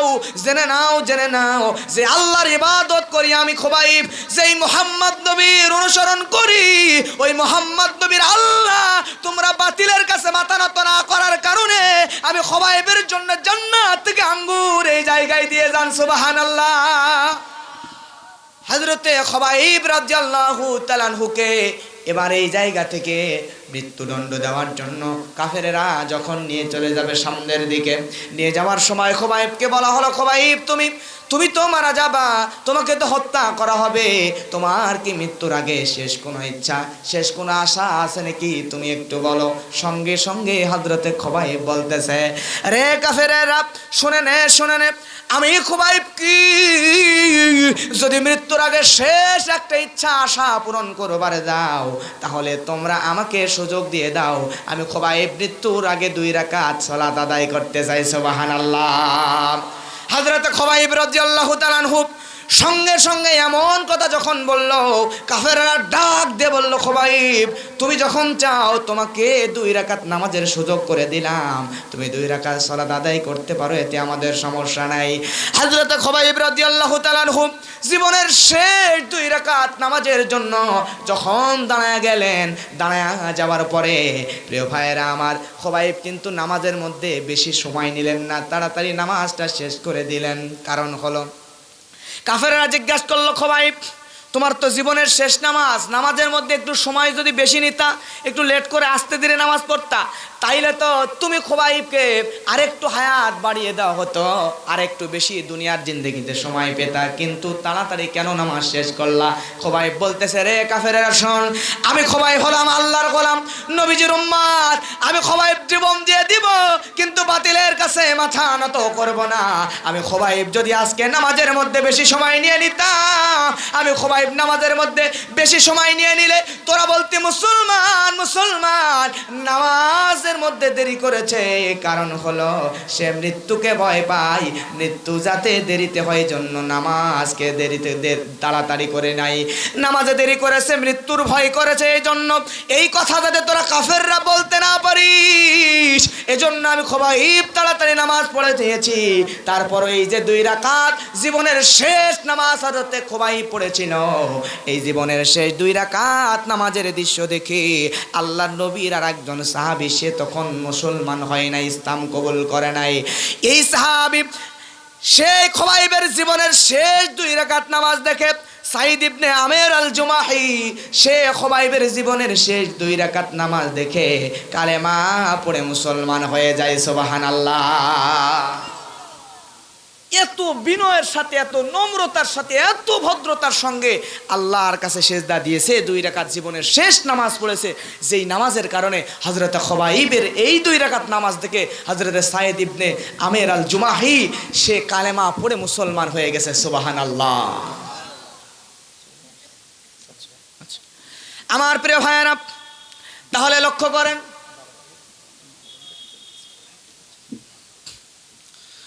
আমার প্রিয় ভাইয়েরা, তাহলে এই নামাজের মধ্যে বিনয় নম্রতা আনার দরকার আছে না নাই?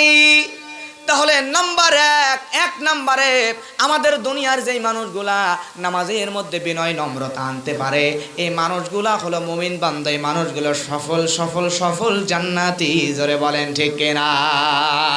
তাহলে নামাজের মধ্যে বিনয় নম্রতা আনতে পারলে অবশ্যই আপনি সফল। যেদিন দেখবেন আপনার নামাজের মধ্যে বিনয় আসতেছে, নামাজের মধ্যে নম্রতা আসতেছে, নামাজের মধ্যে ভদ্রতা আসতেছে, নামাজের মধ্যে আল্লাহর ভয় ঢুকে যাচ্ছে, দুনিয়াবি চিন্তা আস্তে আস্তে আপনার মধ্যে থেকে চলে যাচ্ছে, তখন বুঝে নেবেন যে আসলে আপনি আল্লাহর মুমিন বান্দা হতে পারতেছেন। অবশ্যই আল্লাহ আপনাকে জান্নাতে দিয়ে দিবেন। সুবহানাল্লাহ। তবে আমরা যেহেতু মানুষ, আমরা যখন নামাজে দাঁড়াবো দুনিয়ার চিন্তা আমাদের মধ্যে আসাটাই স্বাভাবিক। কথা বলেন ঠিক কিনা? তবে যত দূর পর্যন্ত পারা যায় কন্ট্রোল করতে হবে এবং দুনিয়ার চিন্তা করা কমাইতে হবে। আপনি যখনই দুনিয়াতে আমার 2 বিঘা বাড়ি আছে, 2 বিঘা জমি আছে, 10 বিঘা করা লাগবে, 2 তলা বাসা আছে, 10 তলা করা লাগবে, 10 লাখ টাকা আছে, 10 কোটি বানানো লাগবে, এইরকম করে দুনিয়ার রঙিন দুনিয়া নামক মেহমানখানার দিকে যখন আপনি ঝুঁকে পড়বেন, পাগল কুকুরের মতো দুনিয়ার পিছনে দৌড়াবো আপনি, তখন দেখবেন যে দুনিয়ার পাগল হয়ে গেছেন, মুমিন আর আপনি নাই, ঈমান আর ভিতরে নাই, কখন জানি আপনি মুনাফিক হয়ে গেছেন। কথা বলেন ঠিক কিনা? দুনিয়ার চিন্তা কমান, আখিরাতের চিন্তা বাড়ান, তাহলে দেখবেন যে নামাজের মধ্যে অবশ্যই আপনার প্রশান্তি আসবে, মজা আসবে ইনশাআল্লাহ। প্রিয় ভাইরা, হযরত আলী রাদিয়াল্লাহু তাআলা আনহুর কাছে একজন লোক এসে জিজ্ঞাসা করছে, হযরত আলী, আমি যখন নামাজে দাঁড়াই, নামাজের মধ্যে দুনিয়ার এই চিন্তাগুলো আমার নামাজের ভিতরে চলে আসে, তাহলে নামাজের মধ্যে দুনিয়ার চিন্তা যদি আসে তাহলে কি নামাজ হবে? হযরত আলী আগে পরে না ভেবে বলে দিলেন, না, নামাজ হবে না। নামাজ, এই ফতোয়া দিয়ে দিয়েছেন নবীজি যখন ওই সময় ওই জায়গায় উপস্থিত। আল্লাহর নবী ফতোয়াটা শুনে ফেলার পরে আল্লাহর নবী হযরত আলীকে এইটা বোঝানোর জন্য বলছে, আলী, আজকে তোমাকে আমি একটা চাদর উপহার দিব। সুবহানাল্লাহ বলবেন না? একথা শোনার পরে হযরত আলী নামাজে দাঁড়ায় গেছেন। নামাজে দাঁড়ানোর পরে বলছে, কি উপহার দেবে? নবীজি বলছে, কি উপহার দেবে? চাদর উপহার দেবে। হযরত আলী যখন নামাজে দাঁড়ায় গেছে, নামাজে দাঁড়ায় যাওয়ার পরে আল্লাহু আকবার বলছে ঠিকই, সালাতে দাঁড়ানোর পরে হযরত আলী এবার চিন্তা করতেছে, নবীজি যে আমাকে চাদর দিতে চাইলো, এই চাদর কি আল্লাহ নবী আম্মা আয়েশা রাদিয়াল্লাহু তাআলার চাদর দিবে, নাকি হাফসা রাদিয়াল্লাহু তাআলার চাদর দিবে, নাকি কার চাদর দিবে? বুঝেন, একটু আগে ফতোয়া দিয়েছে নামাজের মধ্যে দুনিয়াবি চিন্তা আসলে নামাজ হবে, আবার এখন নিজেই নামাজের মধ্যে দাঁড়ায় চিন্তা করতেছে আল্লাহর নবী যে চাদর দিতে চাইলেন, চাদরটা কার? সুবহানাল্লাহ বলবেন না? নামাজ শেষ করে ফেলার পরে নবী আমার দাঁড়াইলেন, নবীজির সামনে হযরত আলী আর নবী যখন সামনাসামনি, নবী সাল্লাল্লাহু আলাইহি ওয়াসাল্লাম আলীর দিকে তাকায় মুস্কি মুস্কি হাসতেছে। হযরত আলী বুঝতে পেরেছে আমার নবী কেন হাসতেছে। হযরত আলীও হাসে, হযরত নবীজিও হাসেন, দুইজনের হাসির কারণ কিন্তু একটাই। জোরে বলেন সুবহানাল্লাহ। নবী আমার বুঝাইতে চাইলো আমরা মানুষ, দুনিয়াবি চিন্তা শয়তান মানুষের মধ্যে ঢুকাবে। কথা বলেন ঠিক কিনা? তবে আপনি যদি দুনিয়ার পিছনে পরিপূর্ণ পাগল হয়ে যান, কোরআন হাদিস বাদ দিয়ে দেন, কোরআন সুন্নাহ বাদ দিয়া দুনিয়ার মানুষদের পিছনে দৌড়ানো শুরু করে দেন, দুনিয়ায় রঙিন মেহমানখানায় এসে যদি মেহমানখানাটাকে নিজের বাড়ি মনে করা শুরু করে দেন, বলেন তো মেহমানখানায় গিয়া আপনি বেশি দিন থাকেন না অল্প কয়েকদিন থাকেন? সর্বোচ্চ 3 দিনের বেশি কিন্তু থাকা যায় না।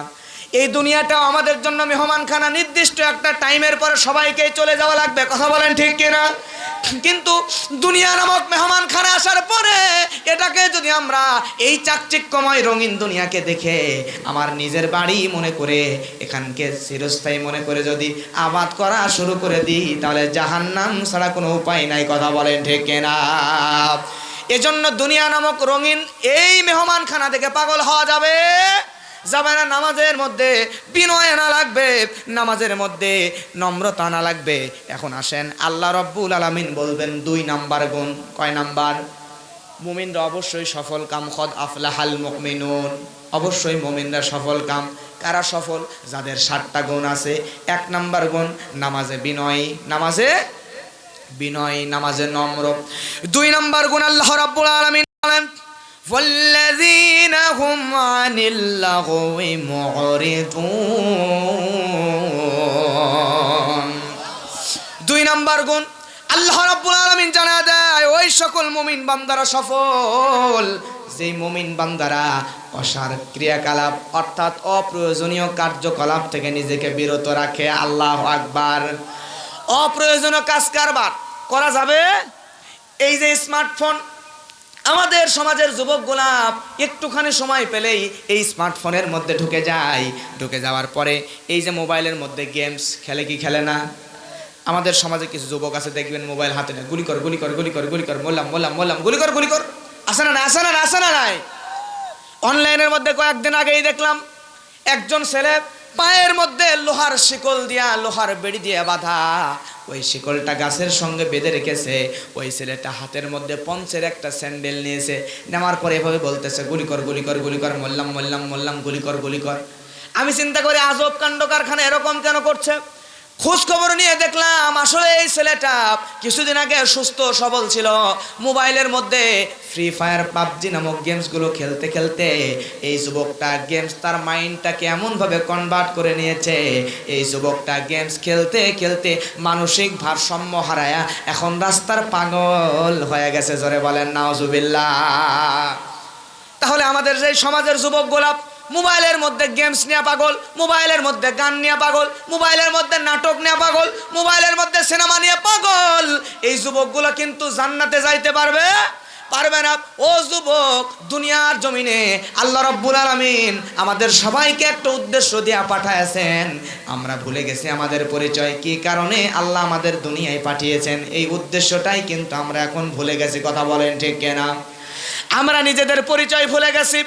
দুনিয়াতে যুবকগুলা মোবাইল নিয়ে পাগল, আর মুরব্বীদের অভ্যাস, মুরব্বীগুলা 2-3 জন যখন চায়ের দোকানে যায় তখন ওই জায়গার মধ্যে যত গীবত আছে, যত পরনিন্দা পরচর্চা সব ওই চায়ের দোকানের মধ্যে পাওয়া যায়। কথা বলেন ঠিক কিনা? মুরব্বীদের বলবো একটুখানি সময় পেয়েছেন, সময় পাইলে কোরআন মাজিদ নিয়ে বসেন। যুবক, মোবাইলের মধ্যে গেমস না খেলে মোবাইলের মধ্যে ঢুকে তুমি মোবাইলের মধ্যে বহু কিছু পাওয়া যায়, ইসলামিক বইগুলো পাওয়া যায়, ইসলামের ইতিহাসগুলো পাওয়া যায়, এগুলো বের করে করে তুমি পড়ার চেষ্টা করো। মুরব্বীর সময় একটু পেয়েছেন, কোরআন তেলাওয়াত করেন। কারণ দুনিয়াতে আল্লাহ পরনিন্দা গীবত পরচর্চা করার জন্য পাঠায়, অপ্রয়োজনীয় কাজ কারবার করার জন্য পাঠাই না। একটুখানি সময় পেলে চায়ের আড্ডায় যায়েন না, গেল অপ্রয়োজনীয় গল্প, অপ্রয়োজনীয় গীবত পরনিন্দা না করে একটুখানি সময় পেলেই আপনি মনে মনে আল্লাহ তাআলার জিকির করবেন। সুবহানাল্লাহ, আলহামদুলিল্লাহ, আল্লাহু আকবার, আস্তাগফিরুল্লাহ আস্তাগফিরুল্লাহ আস্তাগফিরুল্লাহ। যখনই সময় পাবেন মনে মনে জিকিরগুলো করার দরকার আছে না নাই? অপ্রয়োজনীয় কথাগুলো না বলে জিকিরগুলো করেন।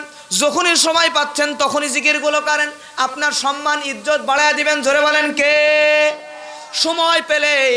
কিন্তু আজকালকে আমাদের সমাজে দেখা যায়, আমি মাহফিলে যাওয়ার সময় আমার নওগাঁয় একটা চা স্টলে দাঁড়ালাম, গাড়িটা সাইড করলাম, করার পরে চা খেয়ে তারপরে মাহফিলে যাব।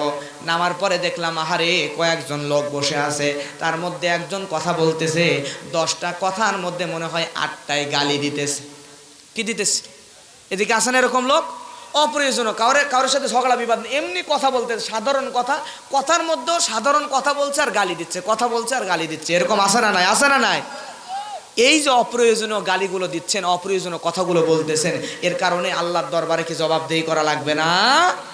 অতএব অপ্রয়োজনীয় একটা সেকেন্ড সময় নষ্ট করা যাবে। আল্লাহ বলছেন ওয়ামা খলাকতুল জিন্না ওয়াল ইনসা ইল্লা লিয়াবুদুন। আল্লাহ বলছেন আমি মানুষদের জিনদেরকে সৃষ্টি করেছি শুধুমাত্র আমি আল্লাহর ইবাদত করার জন্য। অতএব যে সময় দুনিয়াতে পাবেন শুধু ইবাদত ছাড়া আর কোনো কিছু করা যাবে, সব কিছুকেই আপনার ইবাদত বানাইতে হবে ইনশাআল্লাহ। প্রিয় ভাইরা আমার, তাহলে এই গীবত পরনিন্দা পরচর্চা অপ্রয়োজনীয় কার্যকলাপ থেকে মুমিন বান্দা যারা হবে জান্নাতি বান্দা যারা হতে চায়, 2 নম্বরে তাদেরকে গীবত থেকে, পরনিন্দা, পরচর্চা, এক কথায় সব রকম অপ্রয়োজনীয় কাজ কারবার, কথাবার্তা থেকে বিরত থাকতে হবে। রাজি আছেন তো আপনারা? আমাদের নারীরাও মনে হয় শুনতেছে, নারীদের আবার অভ্যাস, নারীরা যদি 2-3 জন এক জায়গায় বসে কাঁথা সেলাই করতে, মুখের মধ্যে পান দিছে, দেওয়ার পরে ওই জায়গায় টেলিভিশন লাগবে না খবর পড়ার জন্য।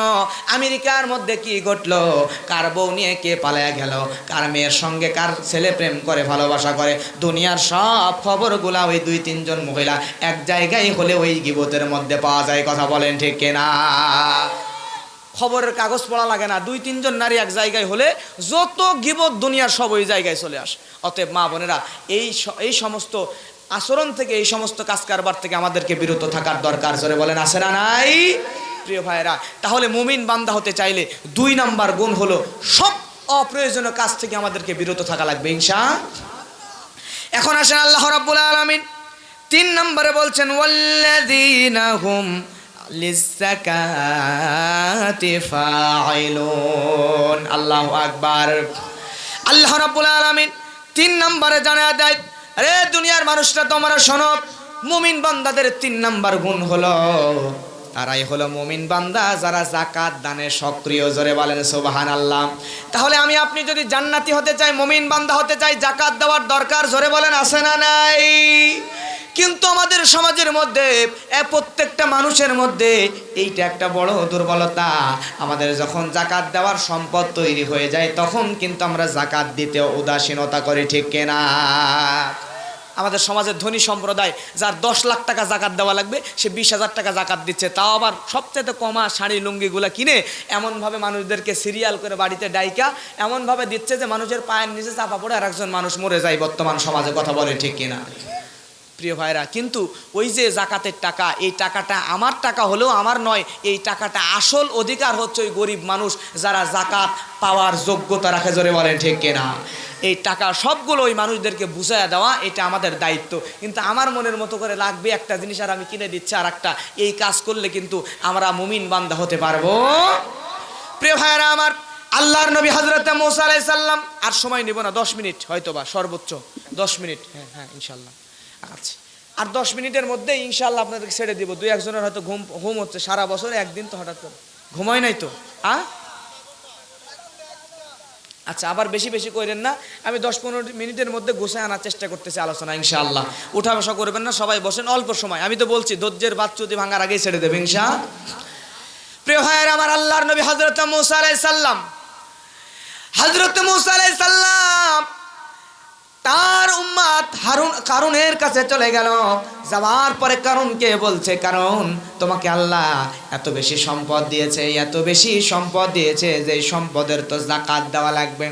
কিন্তু কারুনের এত বেশি সম্পদ, এত বেশি সম্পদ, তার সম্পদের বর্ণনা দিতে গিয়া লেখক লিখেছেন, যেই কারুনের এত বেশি সম্পদ ছিল, এই কারণে সব সম্পদ যেই ঘরের মধ্যে, বাক্সের মধ্যে, যেই জায়গার মধ্যে রাখা হতো, এই সব বাক্সগুলো, ঘরগুলোর চাবিগুলা যদি প্রায় 100 থেকে 1000 উটের উপরে তুলে দেওয়া হয়, তাহলে এই হাজার হাজার উট ওই চাবি বহন করার জন্য ব্যর্থ হবে। এত বেশি সম্পদ ছিল এই কারণের। সুবহানাল্লাহ।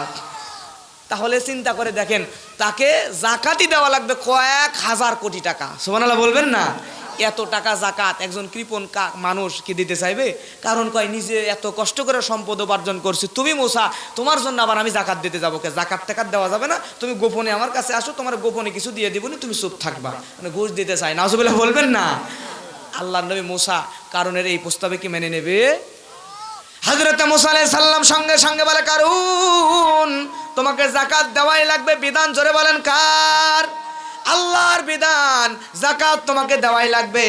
এমন কথা বলার পরে কারণ সঙ্গে সঙ্গে চিন্তা করলো, মূসার সঙ্গে তো পারা যাবে না, মূসার একটা বিহিত ব্যবস্থা অবশ্যই আমাকে করা লাগবে। সঙ্গে সঙ্গে কারণ সমাজের মধ্যে চলে গেল। যাওয়ার পর একজন দুশ্চরিত্রা পতিতা নারী ভাড়া করলো। করার পরে এই নারীকে কারণ বলল, শোনো, তোমাকে মাথা থেকে পা পর্যন্ত গহনা দিয়ে মোড়ায়া দেব, বস্তায় বস্তায় টাকা দেব।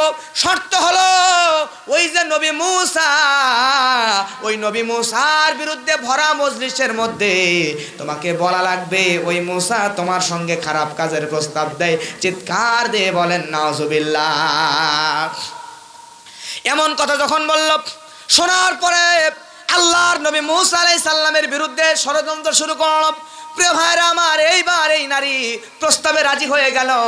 এই নারী এবার ভরা মজলিসের মধ্যে বহু মানুষজনের মধ্যে আল্লাহর নবী মূসা আসতেছে, ওই নারী আছে, কারণও আছে। আল্লাহর নবী মূসা যখন ওই নারীর সামনে আসলেন, আল্লাহর নবী মূসার চেহারা দেখার পরে ওই নারীর মুখের কথাটাই আমার আল্লাহ বদলায়া দিলেন। সঙ্গে সঙ্গে ওই নারীকে এমন দুর্বল করে দিল, ওই নারীর বলার কথা ছিল মূসা নবীর বিরুদ্ধে চারিত্রিক কলঙ্ক দেওয়ার কথা ছিল, কিন্তু মূসা নবীর বিরুদ্ধে চারিত্রিক কলঙ্ক না দিয়া এই নারী ডাইরেক্ট সব মানুষদের মধ্যে ভরা মজলিসের মধ্যে বলে দিল, তোমরা শোনো, এই যে দেখতেছে কারণকে, এই কারণ হলো ভণ্ড, এই কারণ হলো প্রতারক, এই কারণ ভণ্ড প্রতারক। সে আমাকে এত গহনা দিতে চাইছে, এত টাকা দিতে চাইছে, এত পয়সা দিতে চাইছে, দিয়ে বলেছে এগুলো সব তোমারে দিয়ে দিব। ওই মূসা নবীর বিরুদ্ধে এই কথা তুমি ওই জায়গায় বলবা। চিৎকার দিয়ে বলেন সুবহানাল্লাহ। নারীর যখন মুখের কথা বদলে গেল, যাওয়ার পরে হযরত মূসা আলাইহিস সালাম এমন রাগী। মূসা নবীর জীবনী যারা পড়েছেন তাফসীর খুলে দেখেন, মূসা নবীর জীবনী বের করে দেখেন, আল্লাহর নবী মূসা এমন বেশি রাগী। নবী মূসার রাগ যখন উঠে যেত, আল্লাহর নবী মূসার চুলের সঙ্গে মাথার টুপিটা চেড়ে উঠত। সুবহানাল্লাহ। চুল দাঁড়ায় গেলে চুলের সাথে টুপিও দাঁড়ায় যায়। সুবহানাল্লাহ বলবেন, এত রাগ। এই মূসা নবী সূরা কসাসের তাফসীর পড়ে দেখেন, সূরা কসাসের তাফসীর মধ্যে পড়লেই পাবেন, মূসা নবী একবার এই কিপ্তিদের একজনকে, কিপ্তি আর বানি ইসরায়েলের দুইজন ঝগড়া লাগছে। এখন দেখতেছে বানি ইসরায়েলের দোষ নেই, কিপ্তির দোষ। এখন কিপ্তির কাছে যায় বোঝায়া যখন কাজ হয় না, মূসা নবী এমন জোরে এক থাপ্পড় মারছে, মূসা নবীর হাতের এক থাপ্পড়ে কিপ্তি জায়গায় পড়ে মরে গেছে। সুবহানাল্লাহ বলবেন না? এত শক্তিশালী, এত রাগী। এরপরে বুখারীর হাদিস, এই হাদিসটা আগে মনে করতাম হয়তোবা জাল বানোয়াট হাদিস। কিছু ঘটনা আমাদের সমাজে কিছু বক্তারা আছে যেগুলো সাধারণ কথা বলতে বলে দেয় যে এটা হাদিস। আছে না? এটা পরবর্তীতে মানুষ হাদিস মনে করে, আসলে ওইটা হাদিস না, ওইটা মানুষের বানানো কথা। তো এই ঘটনাটা যখন প্রথমে কোথাও শুনেছিলাম, শোনার পরে মনে করেছিলাম এটা হইতে পারে নাকি, এটা তো বানানো কথা। কিন্তু পরে যখন পড়লাম, ইসলামিক ফাউন্ডেশন কর্তৃক ছাপা বুখারী পড়ে দেখেন, এই বুখারীর মধ্যে আছে আল্লাহ নবী হযরত মূসা আলাইহিস সালামের কাছে একবার মালাকুল মউত জান কবজ করার জন্য আসছে। মুহাদ্দিসিনে কেরামগণ বলতেছেন, মূসা নবীর কাছে যখন মালাকুল মউত আসলেন, যারা আমরা বাংলাদেশের ভাষায় যাকে বলি আজরাইল, কি বলি? আজরাইল, মূলত নাম হচ্ছে মালাকুল মউত। এই মালাকুল মউত যখন গেলেন, মুহাদ্দিসিনে কেরাম বলতেছেন মালাকুল মউত আইসা মূসাকে সম্ভবত সালাম দিতে ভুলে গেছে।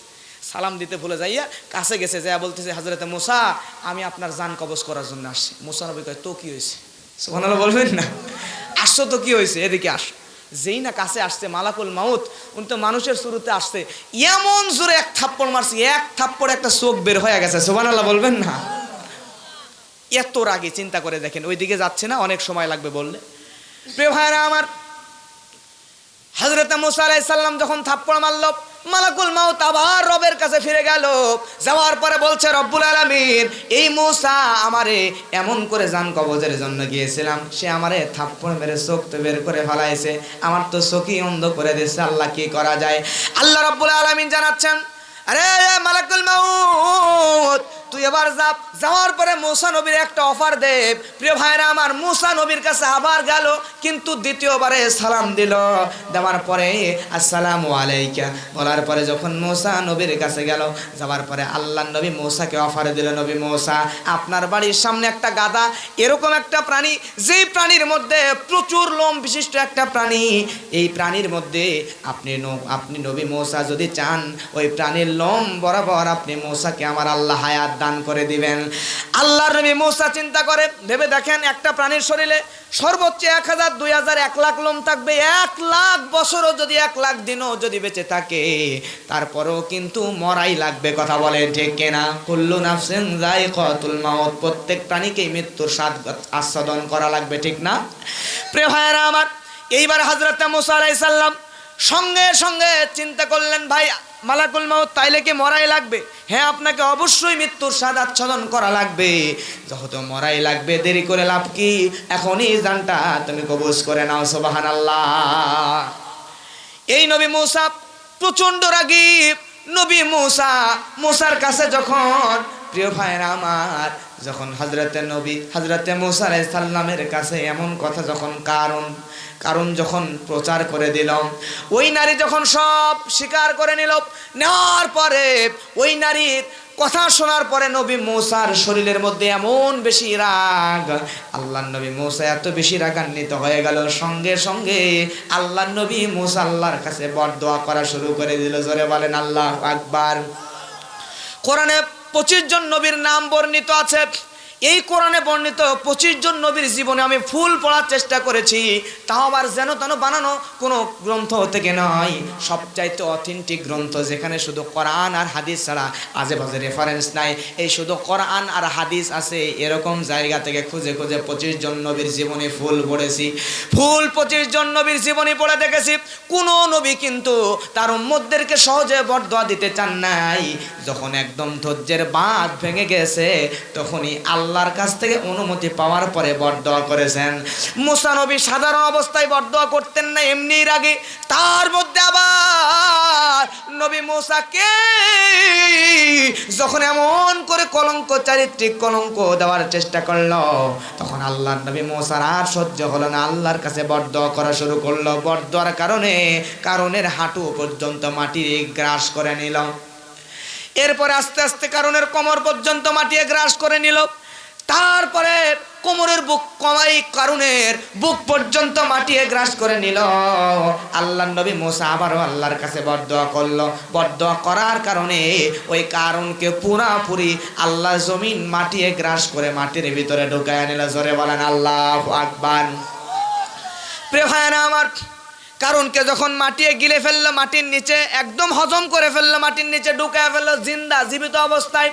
ফেলার পরে প্রত্যেকটা সমাজের মধ্যে মুনাফিক মার্কা কিছু মানুষ আছে না নাই? ওই মূসা নবীর এলাকায় কারণের কিছু সহচর্য ছিল, মুনাফিক মার্কা মানুষ ছিল। এরা সবাই সমাজের মধ্যে বলা বলি শুরু করলো, মূসা নবী কারণের সম্পদগুলো ভোগ দখল করে খাবে, এজন্যই কারণকে বরদোয়া করে মাটির নিচে দাবায় দিছে। নাউজুবিল্লাহ। এ কথা শুনে মূসা নবীর আরো রাগ। যাকাত টাকা দেওয়ার দরকার নেই, নবী মূসা ডাইরেক্ট বরদোয়া দিয়ে দিল। বরদোয়ার কারণে আল্লাহ রাব্বুল আলামিন শুধু কারণকে একা নয়, বরং কারণের অঢল সম্পদ সহ কারণের সঙ্গে সব সম্পদগুলো জমিনের নিচে আল্লাহ দাবায়া দিলেন। সুবহানাল্লাহ। বিজ্ঞানীদের কাছে এখনো পর্যন্ত যে বিষয়টা রহস্য, এই বিষয়ে এই রহস্যের উদ্ঘাটন আজ পর্যন্ত হাজার হাজার বছর পার হয়ে গেল, কোনো বিজ্ঞানীরাও এই কারণ যে জায়গায় মাটির নিচে সম্পদ সহ চলে গেছে, গবেষণা করে করে বিজ্ঞানীরা আজ পর্যন্ত কিছু খুঁজে বের করতেই পারে নাই। তারা এখন পর্যন্ত ব্যর্থ হয়ে আছে। তারা আল্লাহর কোরআনকে যতই গবেষণা করে এ কোরআনের মহানতা, এই কোরআনের অলৌকিক ক্ষমতা কোরআনের মধ্যে দেখে তারা নিজের জীবন পরিবর্তন করে কালেমা পড়ে মুসলমান হয়ে যায়। সুবহানাল্লাহ। প্রিয় ভাইরা আমার, তাহলে যাকাত দেওয়ার দরকার আছে না নাই?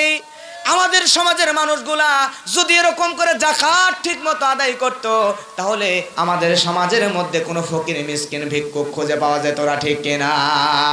খলিফাতের যুগে একজন লোক হাতের মধ্যে করে একটা টাকার বস্তা নিছে। খোলাফায়ে রাশেদার জামানায় হাতের মধ্যে টাকার বস্তা নিয়ে হাঁটতেছে। এমন সময় যাকাত দিবে, যাকাত দেওয়ার জন্য 3 দিন হয়ে গেল, একজন গরিব মানুষ কেউ খুঁজে পেল না। এই লোকটা খুবই মর্মাহত হয়ে গেল, কিরে যাকাত দেওয়ার জন্য একজন গরিব মানুষ কেউ খুঁজে পায় না, যার কাছেই যায় তারই যাকাত খাওয়ার মতো নেওয়ার মতো দরকার নাই। 3 দিন ঘুরতে ঘুরতে হঠাৎ করে লক্ষ্য করে দেখতেছে একজন মানুষ সামনের দিকে দেখা যায়, যেই মানুষটার যাকাত মনে হয় নিতে পারবে। এই মানুষটা গরিব মানুষ, শরীরে পোশাক আশাক সব অপরিষ্কার, ময়লা নোংরা, আর মাথার উপর একটা বস্তা। মাথার উপর কি বস্তা? মনে করছে হয়তো গরিব মানুষ পাতা কাঠ কুড়ায় নিয়ে যাচ্ছে, হয়তো এই লোকের কাছে গেলে এই লোক মনে হয় আমার যাকাতের টাকা নিয়ে আমার এই বড় মহাবিপদ থেকে বাঁচায় দিবে। সুবহানাল্লাহ বলবেন না? লোকটার কাছে গিয়ে বলছে এদিকে আসো। লোক যখন কাছে আসলো, আসার পরে বলতেছে, ভাই আপনি আমারে বাঁচান, আমার কাছ থেকে 1 ভাগ টাকাটা নিয়ে, এই যাকাতের টাকা আপনি নিয়ে, আপনি গরিব মানুষ, আপনি খাবেন, আপনি টাকাটা নিয়ে আপনি আমাকে দায়মুক্ত করেন। আমি এই যাকাতের টাকা নিয়ে 3 দিন ঘুরতেছি, একটা লোকও খুঁজে পাচ্ছি না যাকাত দেওয়ার জন্য। সুবহানাল্লাহ বলবেন না? মাথায় যেই ব্যক্তির বস্তা, এই ব্যক্তি সঙ্গে সঙ্গে রাগান্বিত হয়ে বলে, এই মিয়া কি বলেন আপনি? আপনি মিয়া 3 দিন ঘুরতেছেন টাকার একটা ব্যাগ নিয়ে যাকাত দেওয়ার জন্য, একটা লোকও খুঁজে পাচ্ছেন না। আমার পোশাক মাথার উপর বস্তা দেখে আমারে আপনি গরিব মনে করেছেন। মিয়া আপনি তো ঘুরতেছেন 1 বাক টাকা নিয়ে 3 দিন পর্যন্ত, আর আমি 1 বস্তা টাকা মাথার উপর নিয়ে 7 দিন ঘুরতেছি খলিফায়ে রাশেদার জামানায়, একটা লোক যাকাত দেওয়ার মতো খুঁজে পাই না। সুবহানাল্লাহ। খোলাফায়ে রাশেদার সোনালী দিন কেন যে ফিরে আর আসে না, সকলেই পেয়ে তার অধিকার, কেন যে মন খুলে হাসে না। লিল্লাহ তাকবীর। আমার ভাইয়েরা, তাহলে চিন্তা করে দেখেন, আমাদের সমাজের মধ্যে যদি যাকাত ভিত্তিক অর্থনীতি কায়েম হয়ে যায়, তাহলে কিন্তু একটাও গরিব মানুষ খুঁজে পাওয়া যাবে না। কথা বলেন ঠিক কিনা? কিন্তু আমাদের সমাজের মধ্যে সুদ এমনভাবে মারাত্মক চরম মহামারীতে রূপান্তর হয়ে গিয়েছে, যার কারণে সুদ এমন মহামারীতে রূপান্তর হয়ে গিয়েছে, এই সুদ দেওয়া নেওয়া, সুদ খায়া মানুষকে, গরিব মানুষকে আরো বেশি গরিব বানায়া ফেলে। জোরে বলেন ঠিক কিনা? এজন্য এই মরণ ব্যাধি সুদ থেকে আমাদেরকে বেরিয়ে আসতে হবে। তোবা যদি না করেন আর যদি সুদের লেনদেনের সঙ্গে নিজেকে জড়ায় রাখেন, তাহলে আপনি যতই ইবাদত বান্দেগি করেন না কেন, জাহান্নাম ছাড়া কিন্তু কোনো উপায় নাই। কথা বলেন ঠিক কিনা? তাহলে আল্লাহ রাব্বুল আলামিন কোরআন মাজিদের মধ্যে বলছেন, আল্লাহ রাব্বুল আলামিন বলেন, ওয়াল্লাযীনা হুম লিযাকাতি ফাঈলুন। তাহলে মুমিন বান্দা যারা হবে, এই মুমিন বান্দাদের 3 নাম্বার গুণ হলো, মুমিন বান্দারা যাকাত ভিত্তিক অর্থনীতি কায়েম করবে ইনশাআল্লাহ। তাহলে আমি আপনি যদি মুমিন বান্দা হতে চাই, তাহলে 3 নম্বরে আমাদেরকে যাকাত দেওয়ার দরকার আছে না নাই? প্রিয় ভাইরা আমার, 4 নম্বরে আল্লাহ রাব্বুল আলামিন সুন্দর করে জানিয়ে দেয়, ওয়াল্লাযীনা হুম লিফুরুজিহিম হাফিজুন। আল্লাহু আকবার। আল্লাহ রাব্বুল আলামিন সূরা মুমিনুনের আয়াত দিয়ে জানিয়ে দিচ্ছেন, মুমিন বান্দা যারা হবে, মুমিন বান্দাদের 4 নাম্বার গুণ। সরে বলেন কয় নাম্বার? 4 নাম্বার গুণ। এই মুমিন বান্দারা নিজেদের লজ্জাস্থানকে হেফাজত করবে। সুবহানাল্লাহ। আমার আলহামদুলিল্লাহ, বাংলাদেশে যত ঘুরি, বাংলাদেশের নারীদেরকে দেখলে আমার প্রাউড ফিল হয়। এখনও অনেক ভালো লাগে, কারণ আমাদের বাংলাদেশের নারীরা এখন, আর যাই হোক, এখনও মাথায় হেজাব, শরীরে বোরকা, পর্দা করেই ঘুরে জোরে বলে ঠিক কিনা? কিছুদিন আগে আমি ভারতে ওয়াজে গিয়েছিলাম, যখন শাহজালাল আন্তর্জাতিক বিমানবন্দর থেকে ভারতের দমদম, কলকাতা দমদম এয়ারপোর্টে যখন নামার পরে দেখলাম, এয়ারপোর্ট থেকে যখন আমি বের হওয়ার সময় ভাবলাম, বাংলাদেশের মতো সুন্দর দেশ, ভারত শস্য শ্যামলে ঘেরা এই দেশ, এত সুন্দর, ডানে বামে দেখতে দেখতে প্রাকৃতিক দৃশ্য অবলোকন করতে করতে আমি মাহফিলে যাব তো কি, এয়ারপোর্ট থেকে বের হওয়ার সময় লক্ষ্য করে দেখি, আহারে ভারতের পরিস্থিতি এমন, ইউরোপ আমেরিকাকে অনুসরণ করতে গিয়া হিন্দু নারী তো দূরে থাক, আমি দেখলাম কিছু ইভেন মুসলমান কিছু নারীরা পর্যন্ত আগে ওন্নাটা ব্যবহার করতো, গলায় দিয়ে ছেড়ে রাখতো, এখন কিছু নারী ওন্না ব্যবহার করাই বাদ দিছে। জোরে বলেন নাউজুবিল্লাহ। প্রিয় ভাইরা, আজকে এই হিন্দুদের কালচার, ইউরোপ আমেরিকা, ইহুদি খ্রিস্টান নাসারাদের কালচার আমাদের বাংলাদেশের মধ্যেও বড় বড় শহরগুলোতে ঢোকা শুরু করে দিয়েছে। কথা বলেন ঠিক কিনা? ধনির দোলালিরা আজকে জিন্সের প্যান্ট পরে, টি শার্ট পরে ঘুরে বেড়ায়, ওড়না বোরখা কোনো কিছুর দরকার প্রয়োজন মনে করে না। কথা বলেন ঠিক কিনা? মাথার উপর ক্যাপ লাগায়, চুলগুলো ছোট ছোট করে কেটে নিজেকে পুরুষ মানুষ বানানোর চেষ্টা করে। কথা বলেন ঠিক কিনা? আর যুবকগুলো আজকে শাহরুখ খান, সালমান খান, সাকিব খান, এরপরে ওই যে ভারতে আপনার কি বলে নেইমার, মেসি, এদেরকে সুপারস্টার বানায়, যেই বিশ্বনবীর সাফায়াত ছাড়া জান্নাতে যাওয়া যাবে না, সেই বিশ্বনবীর মতো করে চুল কাটতে পারে না, নেইমারের মতো করে ওই বান্দর কাটিং কাটে, যেই বিশ্বনবীর সাফায়াত ছাড়া, দুজাহানের সেরা মানুষ, সর্বশ্রেষ্ঠ মানুষ, যেই মানুষের সাফায়াত ছাড়া আল্লাহর জান্নাতে যাওয়া যাবে না, সেই মানুষের সুন্নাত অনুসরণ করতে গিয়া দাড়ি রাখতে পারে না, মাথায় টুপি, গায়ে পাঞ্জাবি দিতে পারে না, কিন্তু ওই আর্জেন্টিনার মেসির মতো করে জার্সি গেঞ্জিগুলো গায়ে লাগাইতে পারে। আজকে যেই নবীর সাফায়াত ছাড়া জান্নাতে যাওয়া যাবে না, সেই নবীর মতো করে টাকনুর উপর কাপড় পরতে পারে না, সেই নবীর মতো, সেই নবীকে অনুসরণ না করে আজকে আমাদের দেশের যুবকরা সুপারস্টার সাকিব খান, শাহরুখ খানের মতো ফাটা ফাটা চিরা চিরা প্যান্টগুলো পরে রাস্তা দিয়ে কানের মধ্যে হেডফোন লাগায় ডিজে গান বাজায় আর হাঁটি হেঁটে চলে যায়। মুরব্বীদেরকে দেখলে মানুষই মনে করে না। জোরে বলেন ঠিক কিনা? সালাম পর্যন্ত দিতে চায় না। আহারে কোন জমিনে আসলাম, কোন জামানায় আসলাম, নিজেদেরকে মানে নিজেকে দেখেই নিজের কেমন জানি মনে হয় এই জামানাটা আমাদের মুসলমানদের না, কোন একটা জামানায় ঢুকে গেছে। আল্লাহ আমাদেরকে হেফাজত করুন। জোরে বলেন আমিন। এজন্য মাঝে মাঝে বলতে ইচ্ছা করে, ও আল্লাহ, বলেন তো সবাই, বলেন, শেষ করে দিব। ও আল্লাহ, আল্লাহ রে, কোন জামানায় পাঠাইলা আমারে, ও আল্লাহ, আল্লাহ রে, কোন জামানায় পাঠাইলা আমারে। জিন্সের প্যান্ট শার্ট পরিয়াম রাস্তা হাইটা যায়, পোলা না মাইয়া তার চেনা বড় দায়, ঠিক না? বর্তমানের পোলা মাইয়ার সমান সমান মাপ, লম্বা চুল কাটিয়া মেয়ে মাথায় লাগাই ক্যাপ, আল্লাহ রে, কোন জামানায় পাঠাইলা আমারে। বলেন তো সবাই, ও আল্লাহ, আল্লাহ রে, কোন জামানায় পাঠাইলা আমারে। হিন্দি গানের টান মারিয়া রাস্তা হাইটা যায়, কারো কারো কারো কারো কারো কারো সুরে আবার বুকটা ফাইটা যায়, আল্লাহ রে, কোন দুনিয়ায় পাঠাইলা আমারে। ঠিক কিনা বলেন? ও আল্লাহ, আল্লাহ রে, কোন দুনিয়ায় পাঠাইলা আমারে। বর্তমানের পোলা মাইয়ার দেখছো কি কারবার, বর্তমানের পোলা মাইয়ার দেখছো কি কারবার, মগাই পিছে মাইয়াই সামনে হুন্ডারি ড্রাইভার, ঠিক কিনা? ও আল্লাহ রে, কোন দুনিয়ায় পাঠাইলা আমারে। আল্লাহ রব্বুল আলামিন ওই ইউরোপ, আমেরিকা, ইহুদি, নাসারা, হিন্দুদের সংস্কৃতি থেকে আমাদের মুসলমানদেরকে হেফাজত করুন, জোরে বলেন আমিন। আমার প্রিয় ভাইয়েরা, তাহলে বলছিলাম আমাদেরকে যে কাজটি করা লাগবে, আল্লাহ রাব্বুল আলামিন বলছেন, ওয়াল্লাযীনা হুম লিফুরুজিহিম হাফিজুন। আল্লাহ রাব্বুল আলামিন জানা দেয় মুমিন বান্দা যারা, এই মুমিন বান্দাদের চার নাম্বার গুণ হলো, এই মুমিন বান্দারা নিজেদের লজ্জাস্থানকে হেফাজত করবেন। পারবেন তো ইনশাআল্লাহ? জোরে বলেন, পারবেন তো ইনশাআল্লাহ? আমরা পুরুষরাও আমাদের লজ্জাস্থানকে হেফাজত করব, এবং আমাদের অধীনস্থ নারী যারা, এই অধীনস্থ নারীদেরও আমরা পর্দার মধ্যে রাখার চেষ্টা করব ইনশাআল্লাহ। প্রিয় ভাইরা আমার, এরপরে আসেন 5 নাম্বার। কয় নাম্বার? 5 নাম্বার। 5 নাম্বার গুণ আল্লাহ রাব্বুল আলামিন এই জায়গায় দুইটা আয়াত একত্রে একটা গুণের কথা বলেছেন।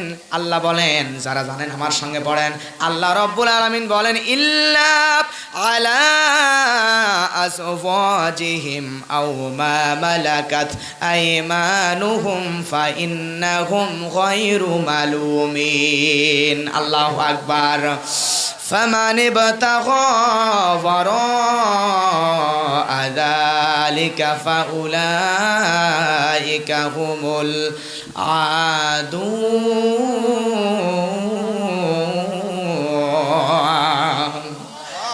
আল্লাহ রাব্বুল আলামিন এই জায়গায় দুইটা আয়াত দিয়া একটা মাত্র গুণের কথা রব্বুল আলামিন বলেন।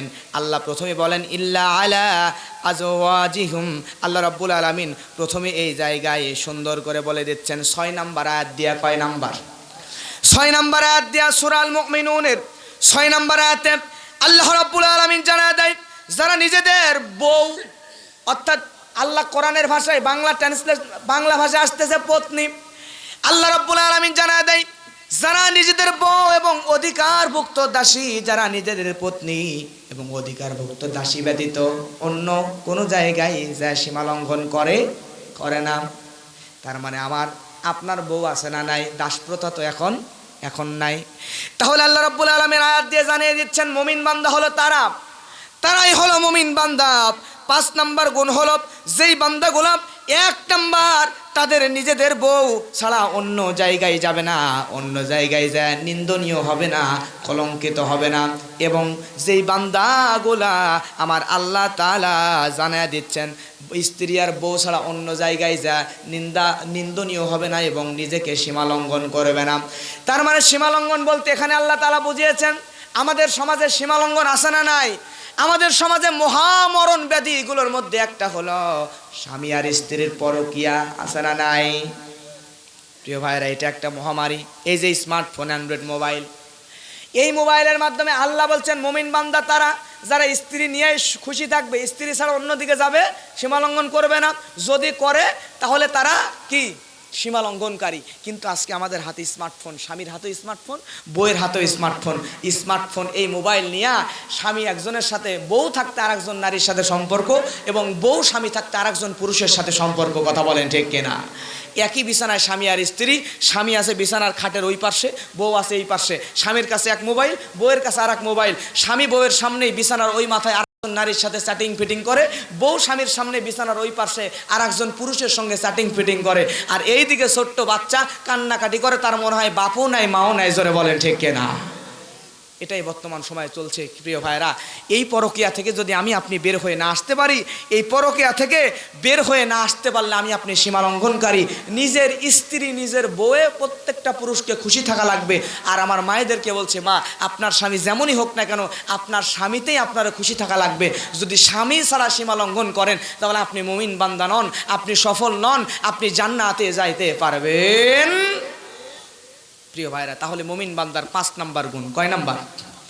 5 নাম্বার গুণ হলো আমরা নিজেদের বউ নিয়ে খুশি থাকবো এবং সীমা লঙ্ঘন করব না।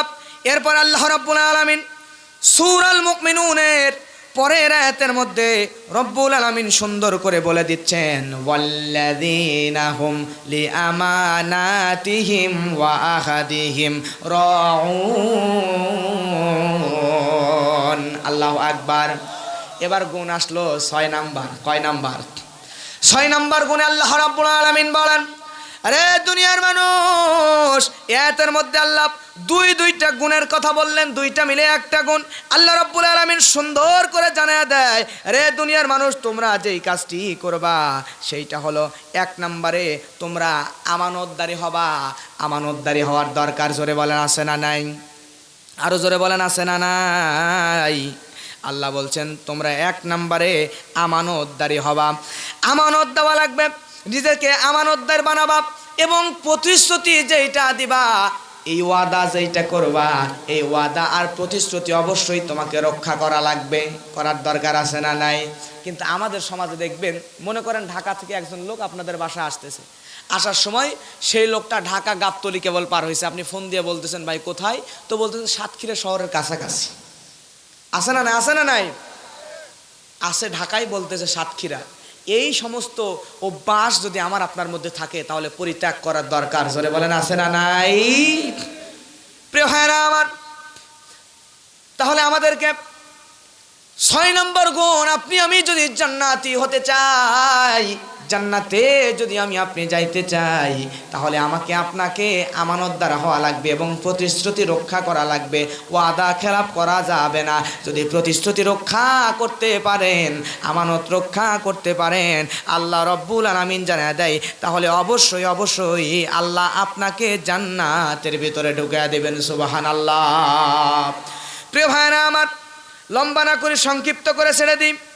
এরপর আল্লাহ রাব্বুল আলামিন, বললাম এতক্ষণ পর্যন্ত কয় নাম্বার গুণ? কয় নাম্বার? 6 নাম্বার গুণ। আল্লাহ রাব্বুল আলামিন জানাচ্ছেন 6 নাম্বার গুণ হলো ওয়াল্লাযীনা হুম লিআমানাতিহিম ওয়া আহাদিহিম রাউন। আল্লাহ রাব্বুল আলামিন জানিয়ে দিচ্ছেন 6 নম্বরে তারা আমানত এবং ওয়াদা রক্ষা করবে। এবং 7 নাম্বার গুণ হলো ওয়াল্লাযীনা হুম আলা সালাওয়াতিহিম ইউহাফিযুন। আল্লাহ রাব্বুল আলামিন জানা দেন 7 নাম্বার গুণ হলো ওই সমস্ত বান্দা জান্নাতে যাবে যেই বান্দাগুলো নিজেদের সালাতে যত্নবান হবে। সুবহানাল্লাহ বলবেন না? 1 নাম্বার গুণ নামাজের মধ্যে বিনয় হবে, নামাজের মধ্যে নম্র হবে। আর 7 নাম্বার হলো নামাজে যত্নশীল হবে। বোঝা যায় কথা? কয়টা গুণ? জোরে বলেন। 7টা। এই 7টা গুণ আমার আপনার মধ্যে যদি থাকে তাহলে আমার আপনার আল্লাহ অবশ্যই আপনাকে দিয়ে দিবেন জান্নাত। জোরে বলেন সুবহানাল্লাহ।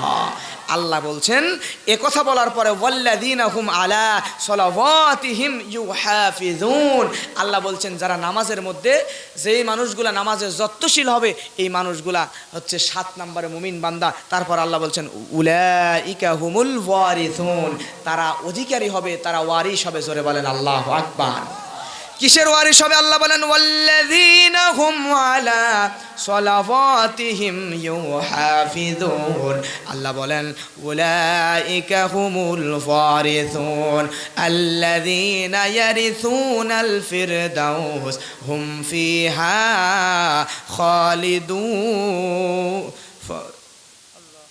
জোরে বলেন আল্লাহু আকবার।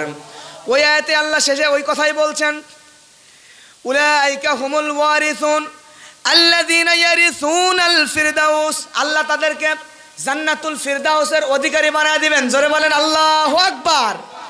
প্রিয় ভাইরা আমার, তাহলে আল্লাহ রাব্বুল আলামিন জানায় দিল এই 7টা গুণ আমার আপনার মধ্যে থাকলে আমাদেরকে ওয়ারিস বানায় দিবেন জান্নাতুল ফিরদাউসের। সুবহানাল্লাহ।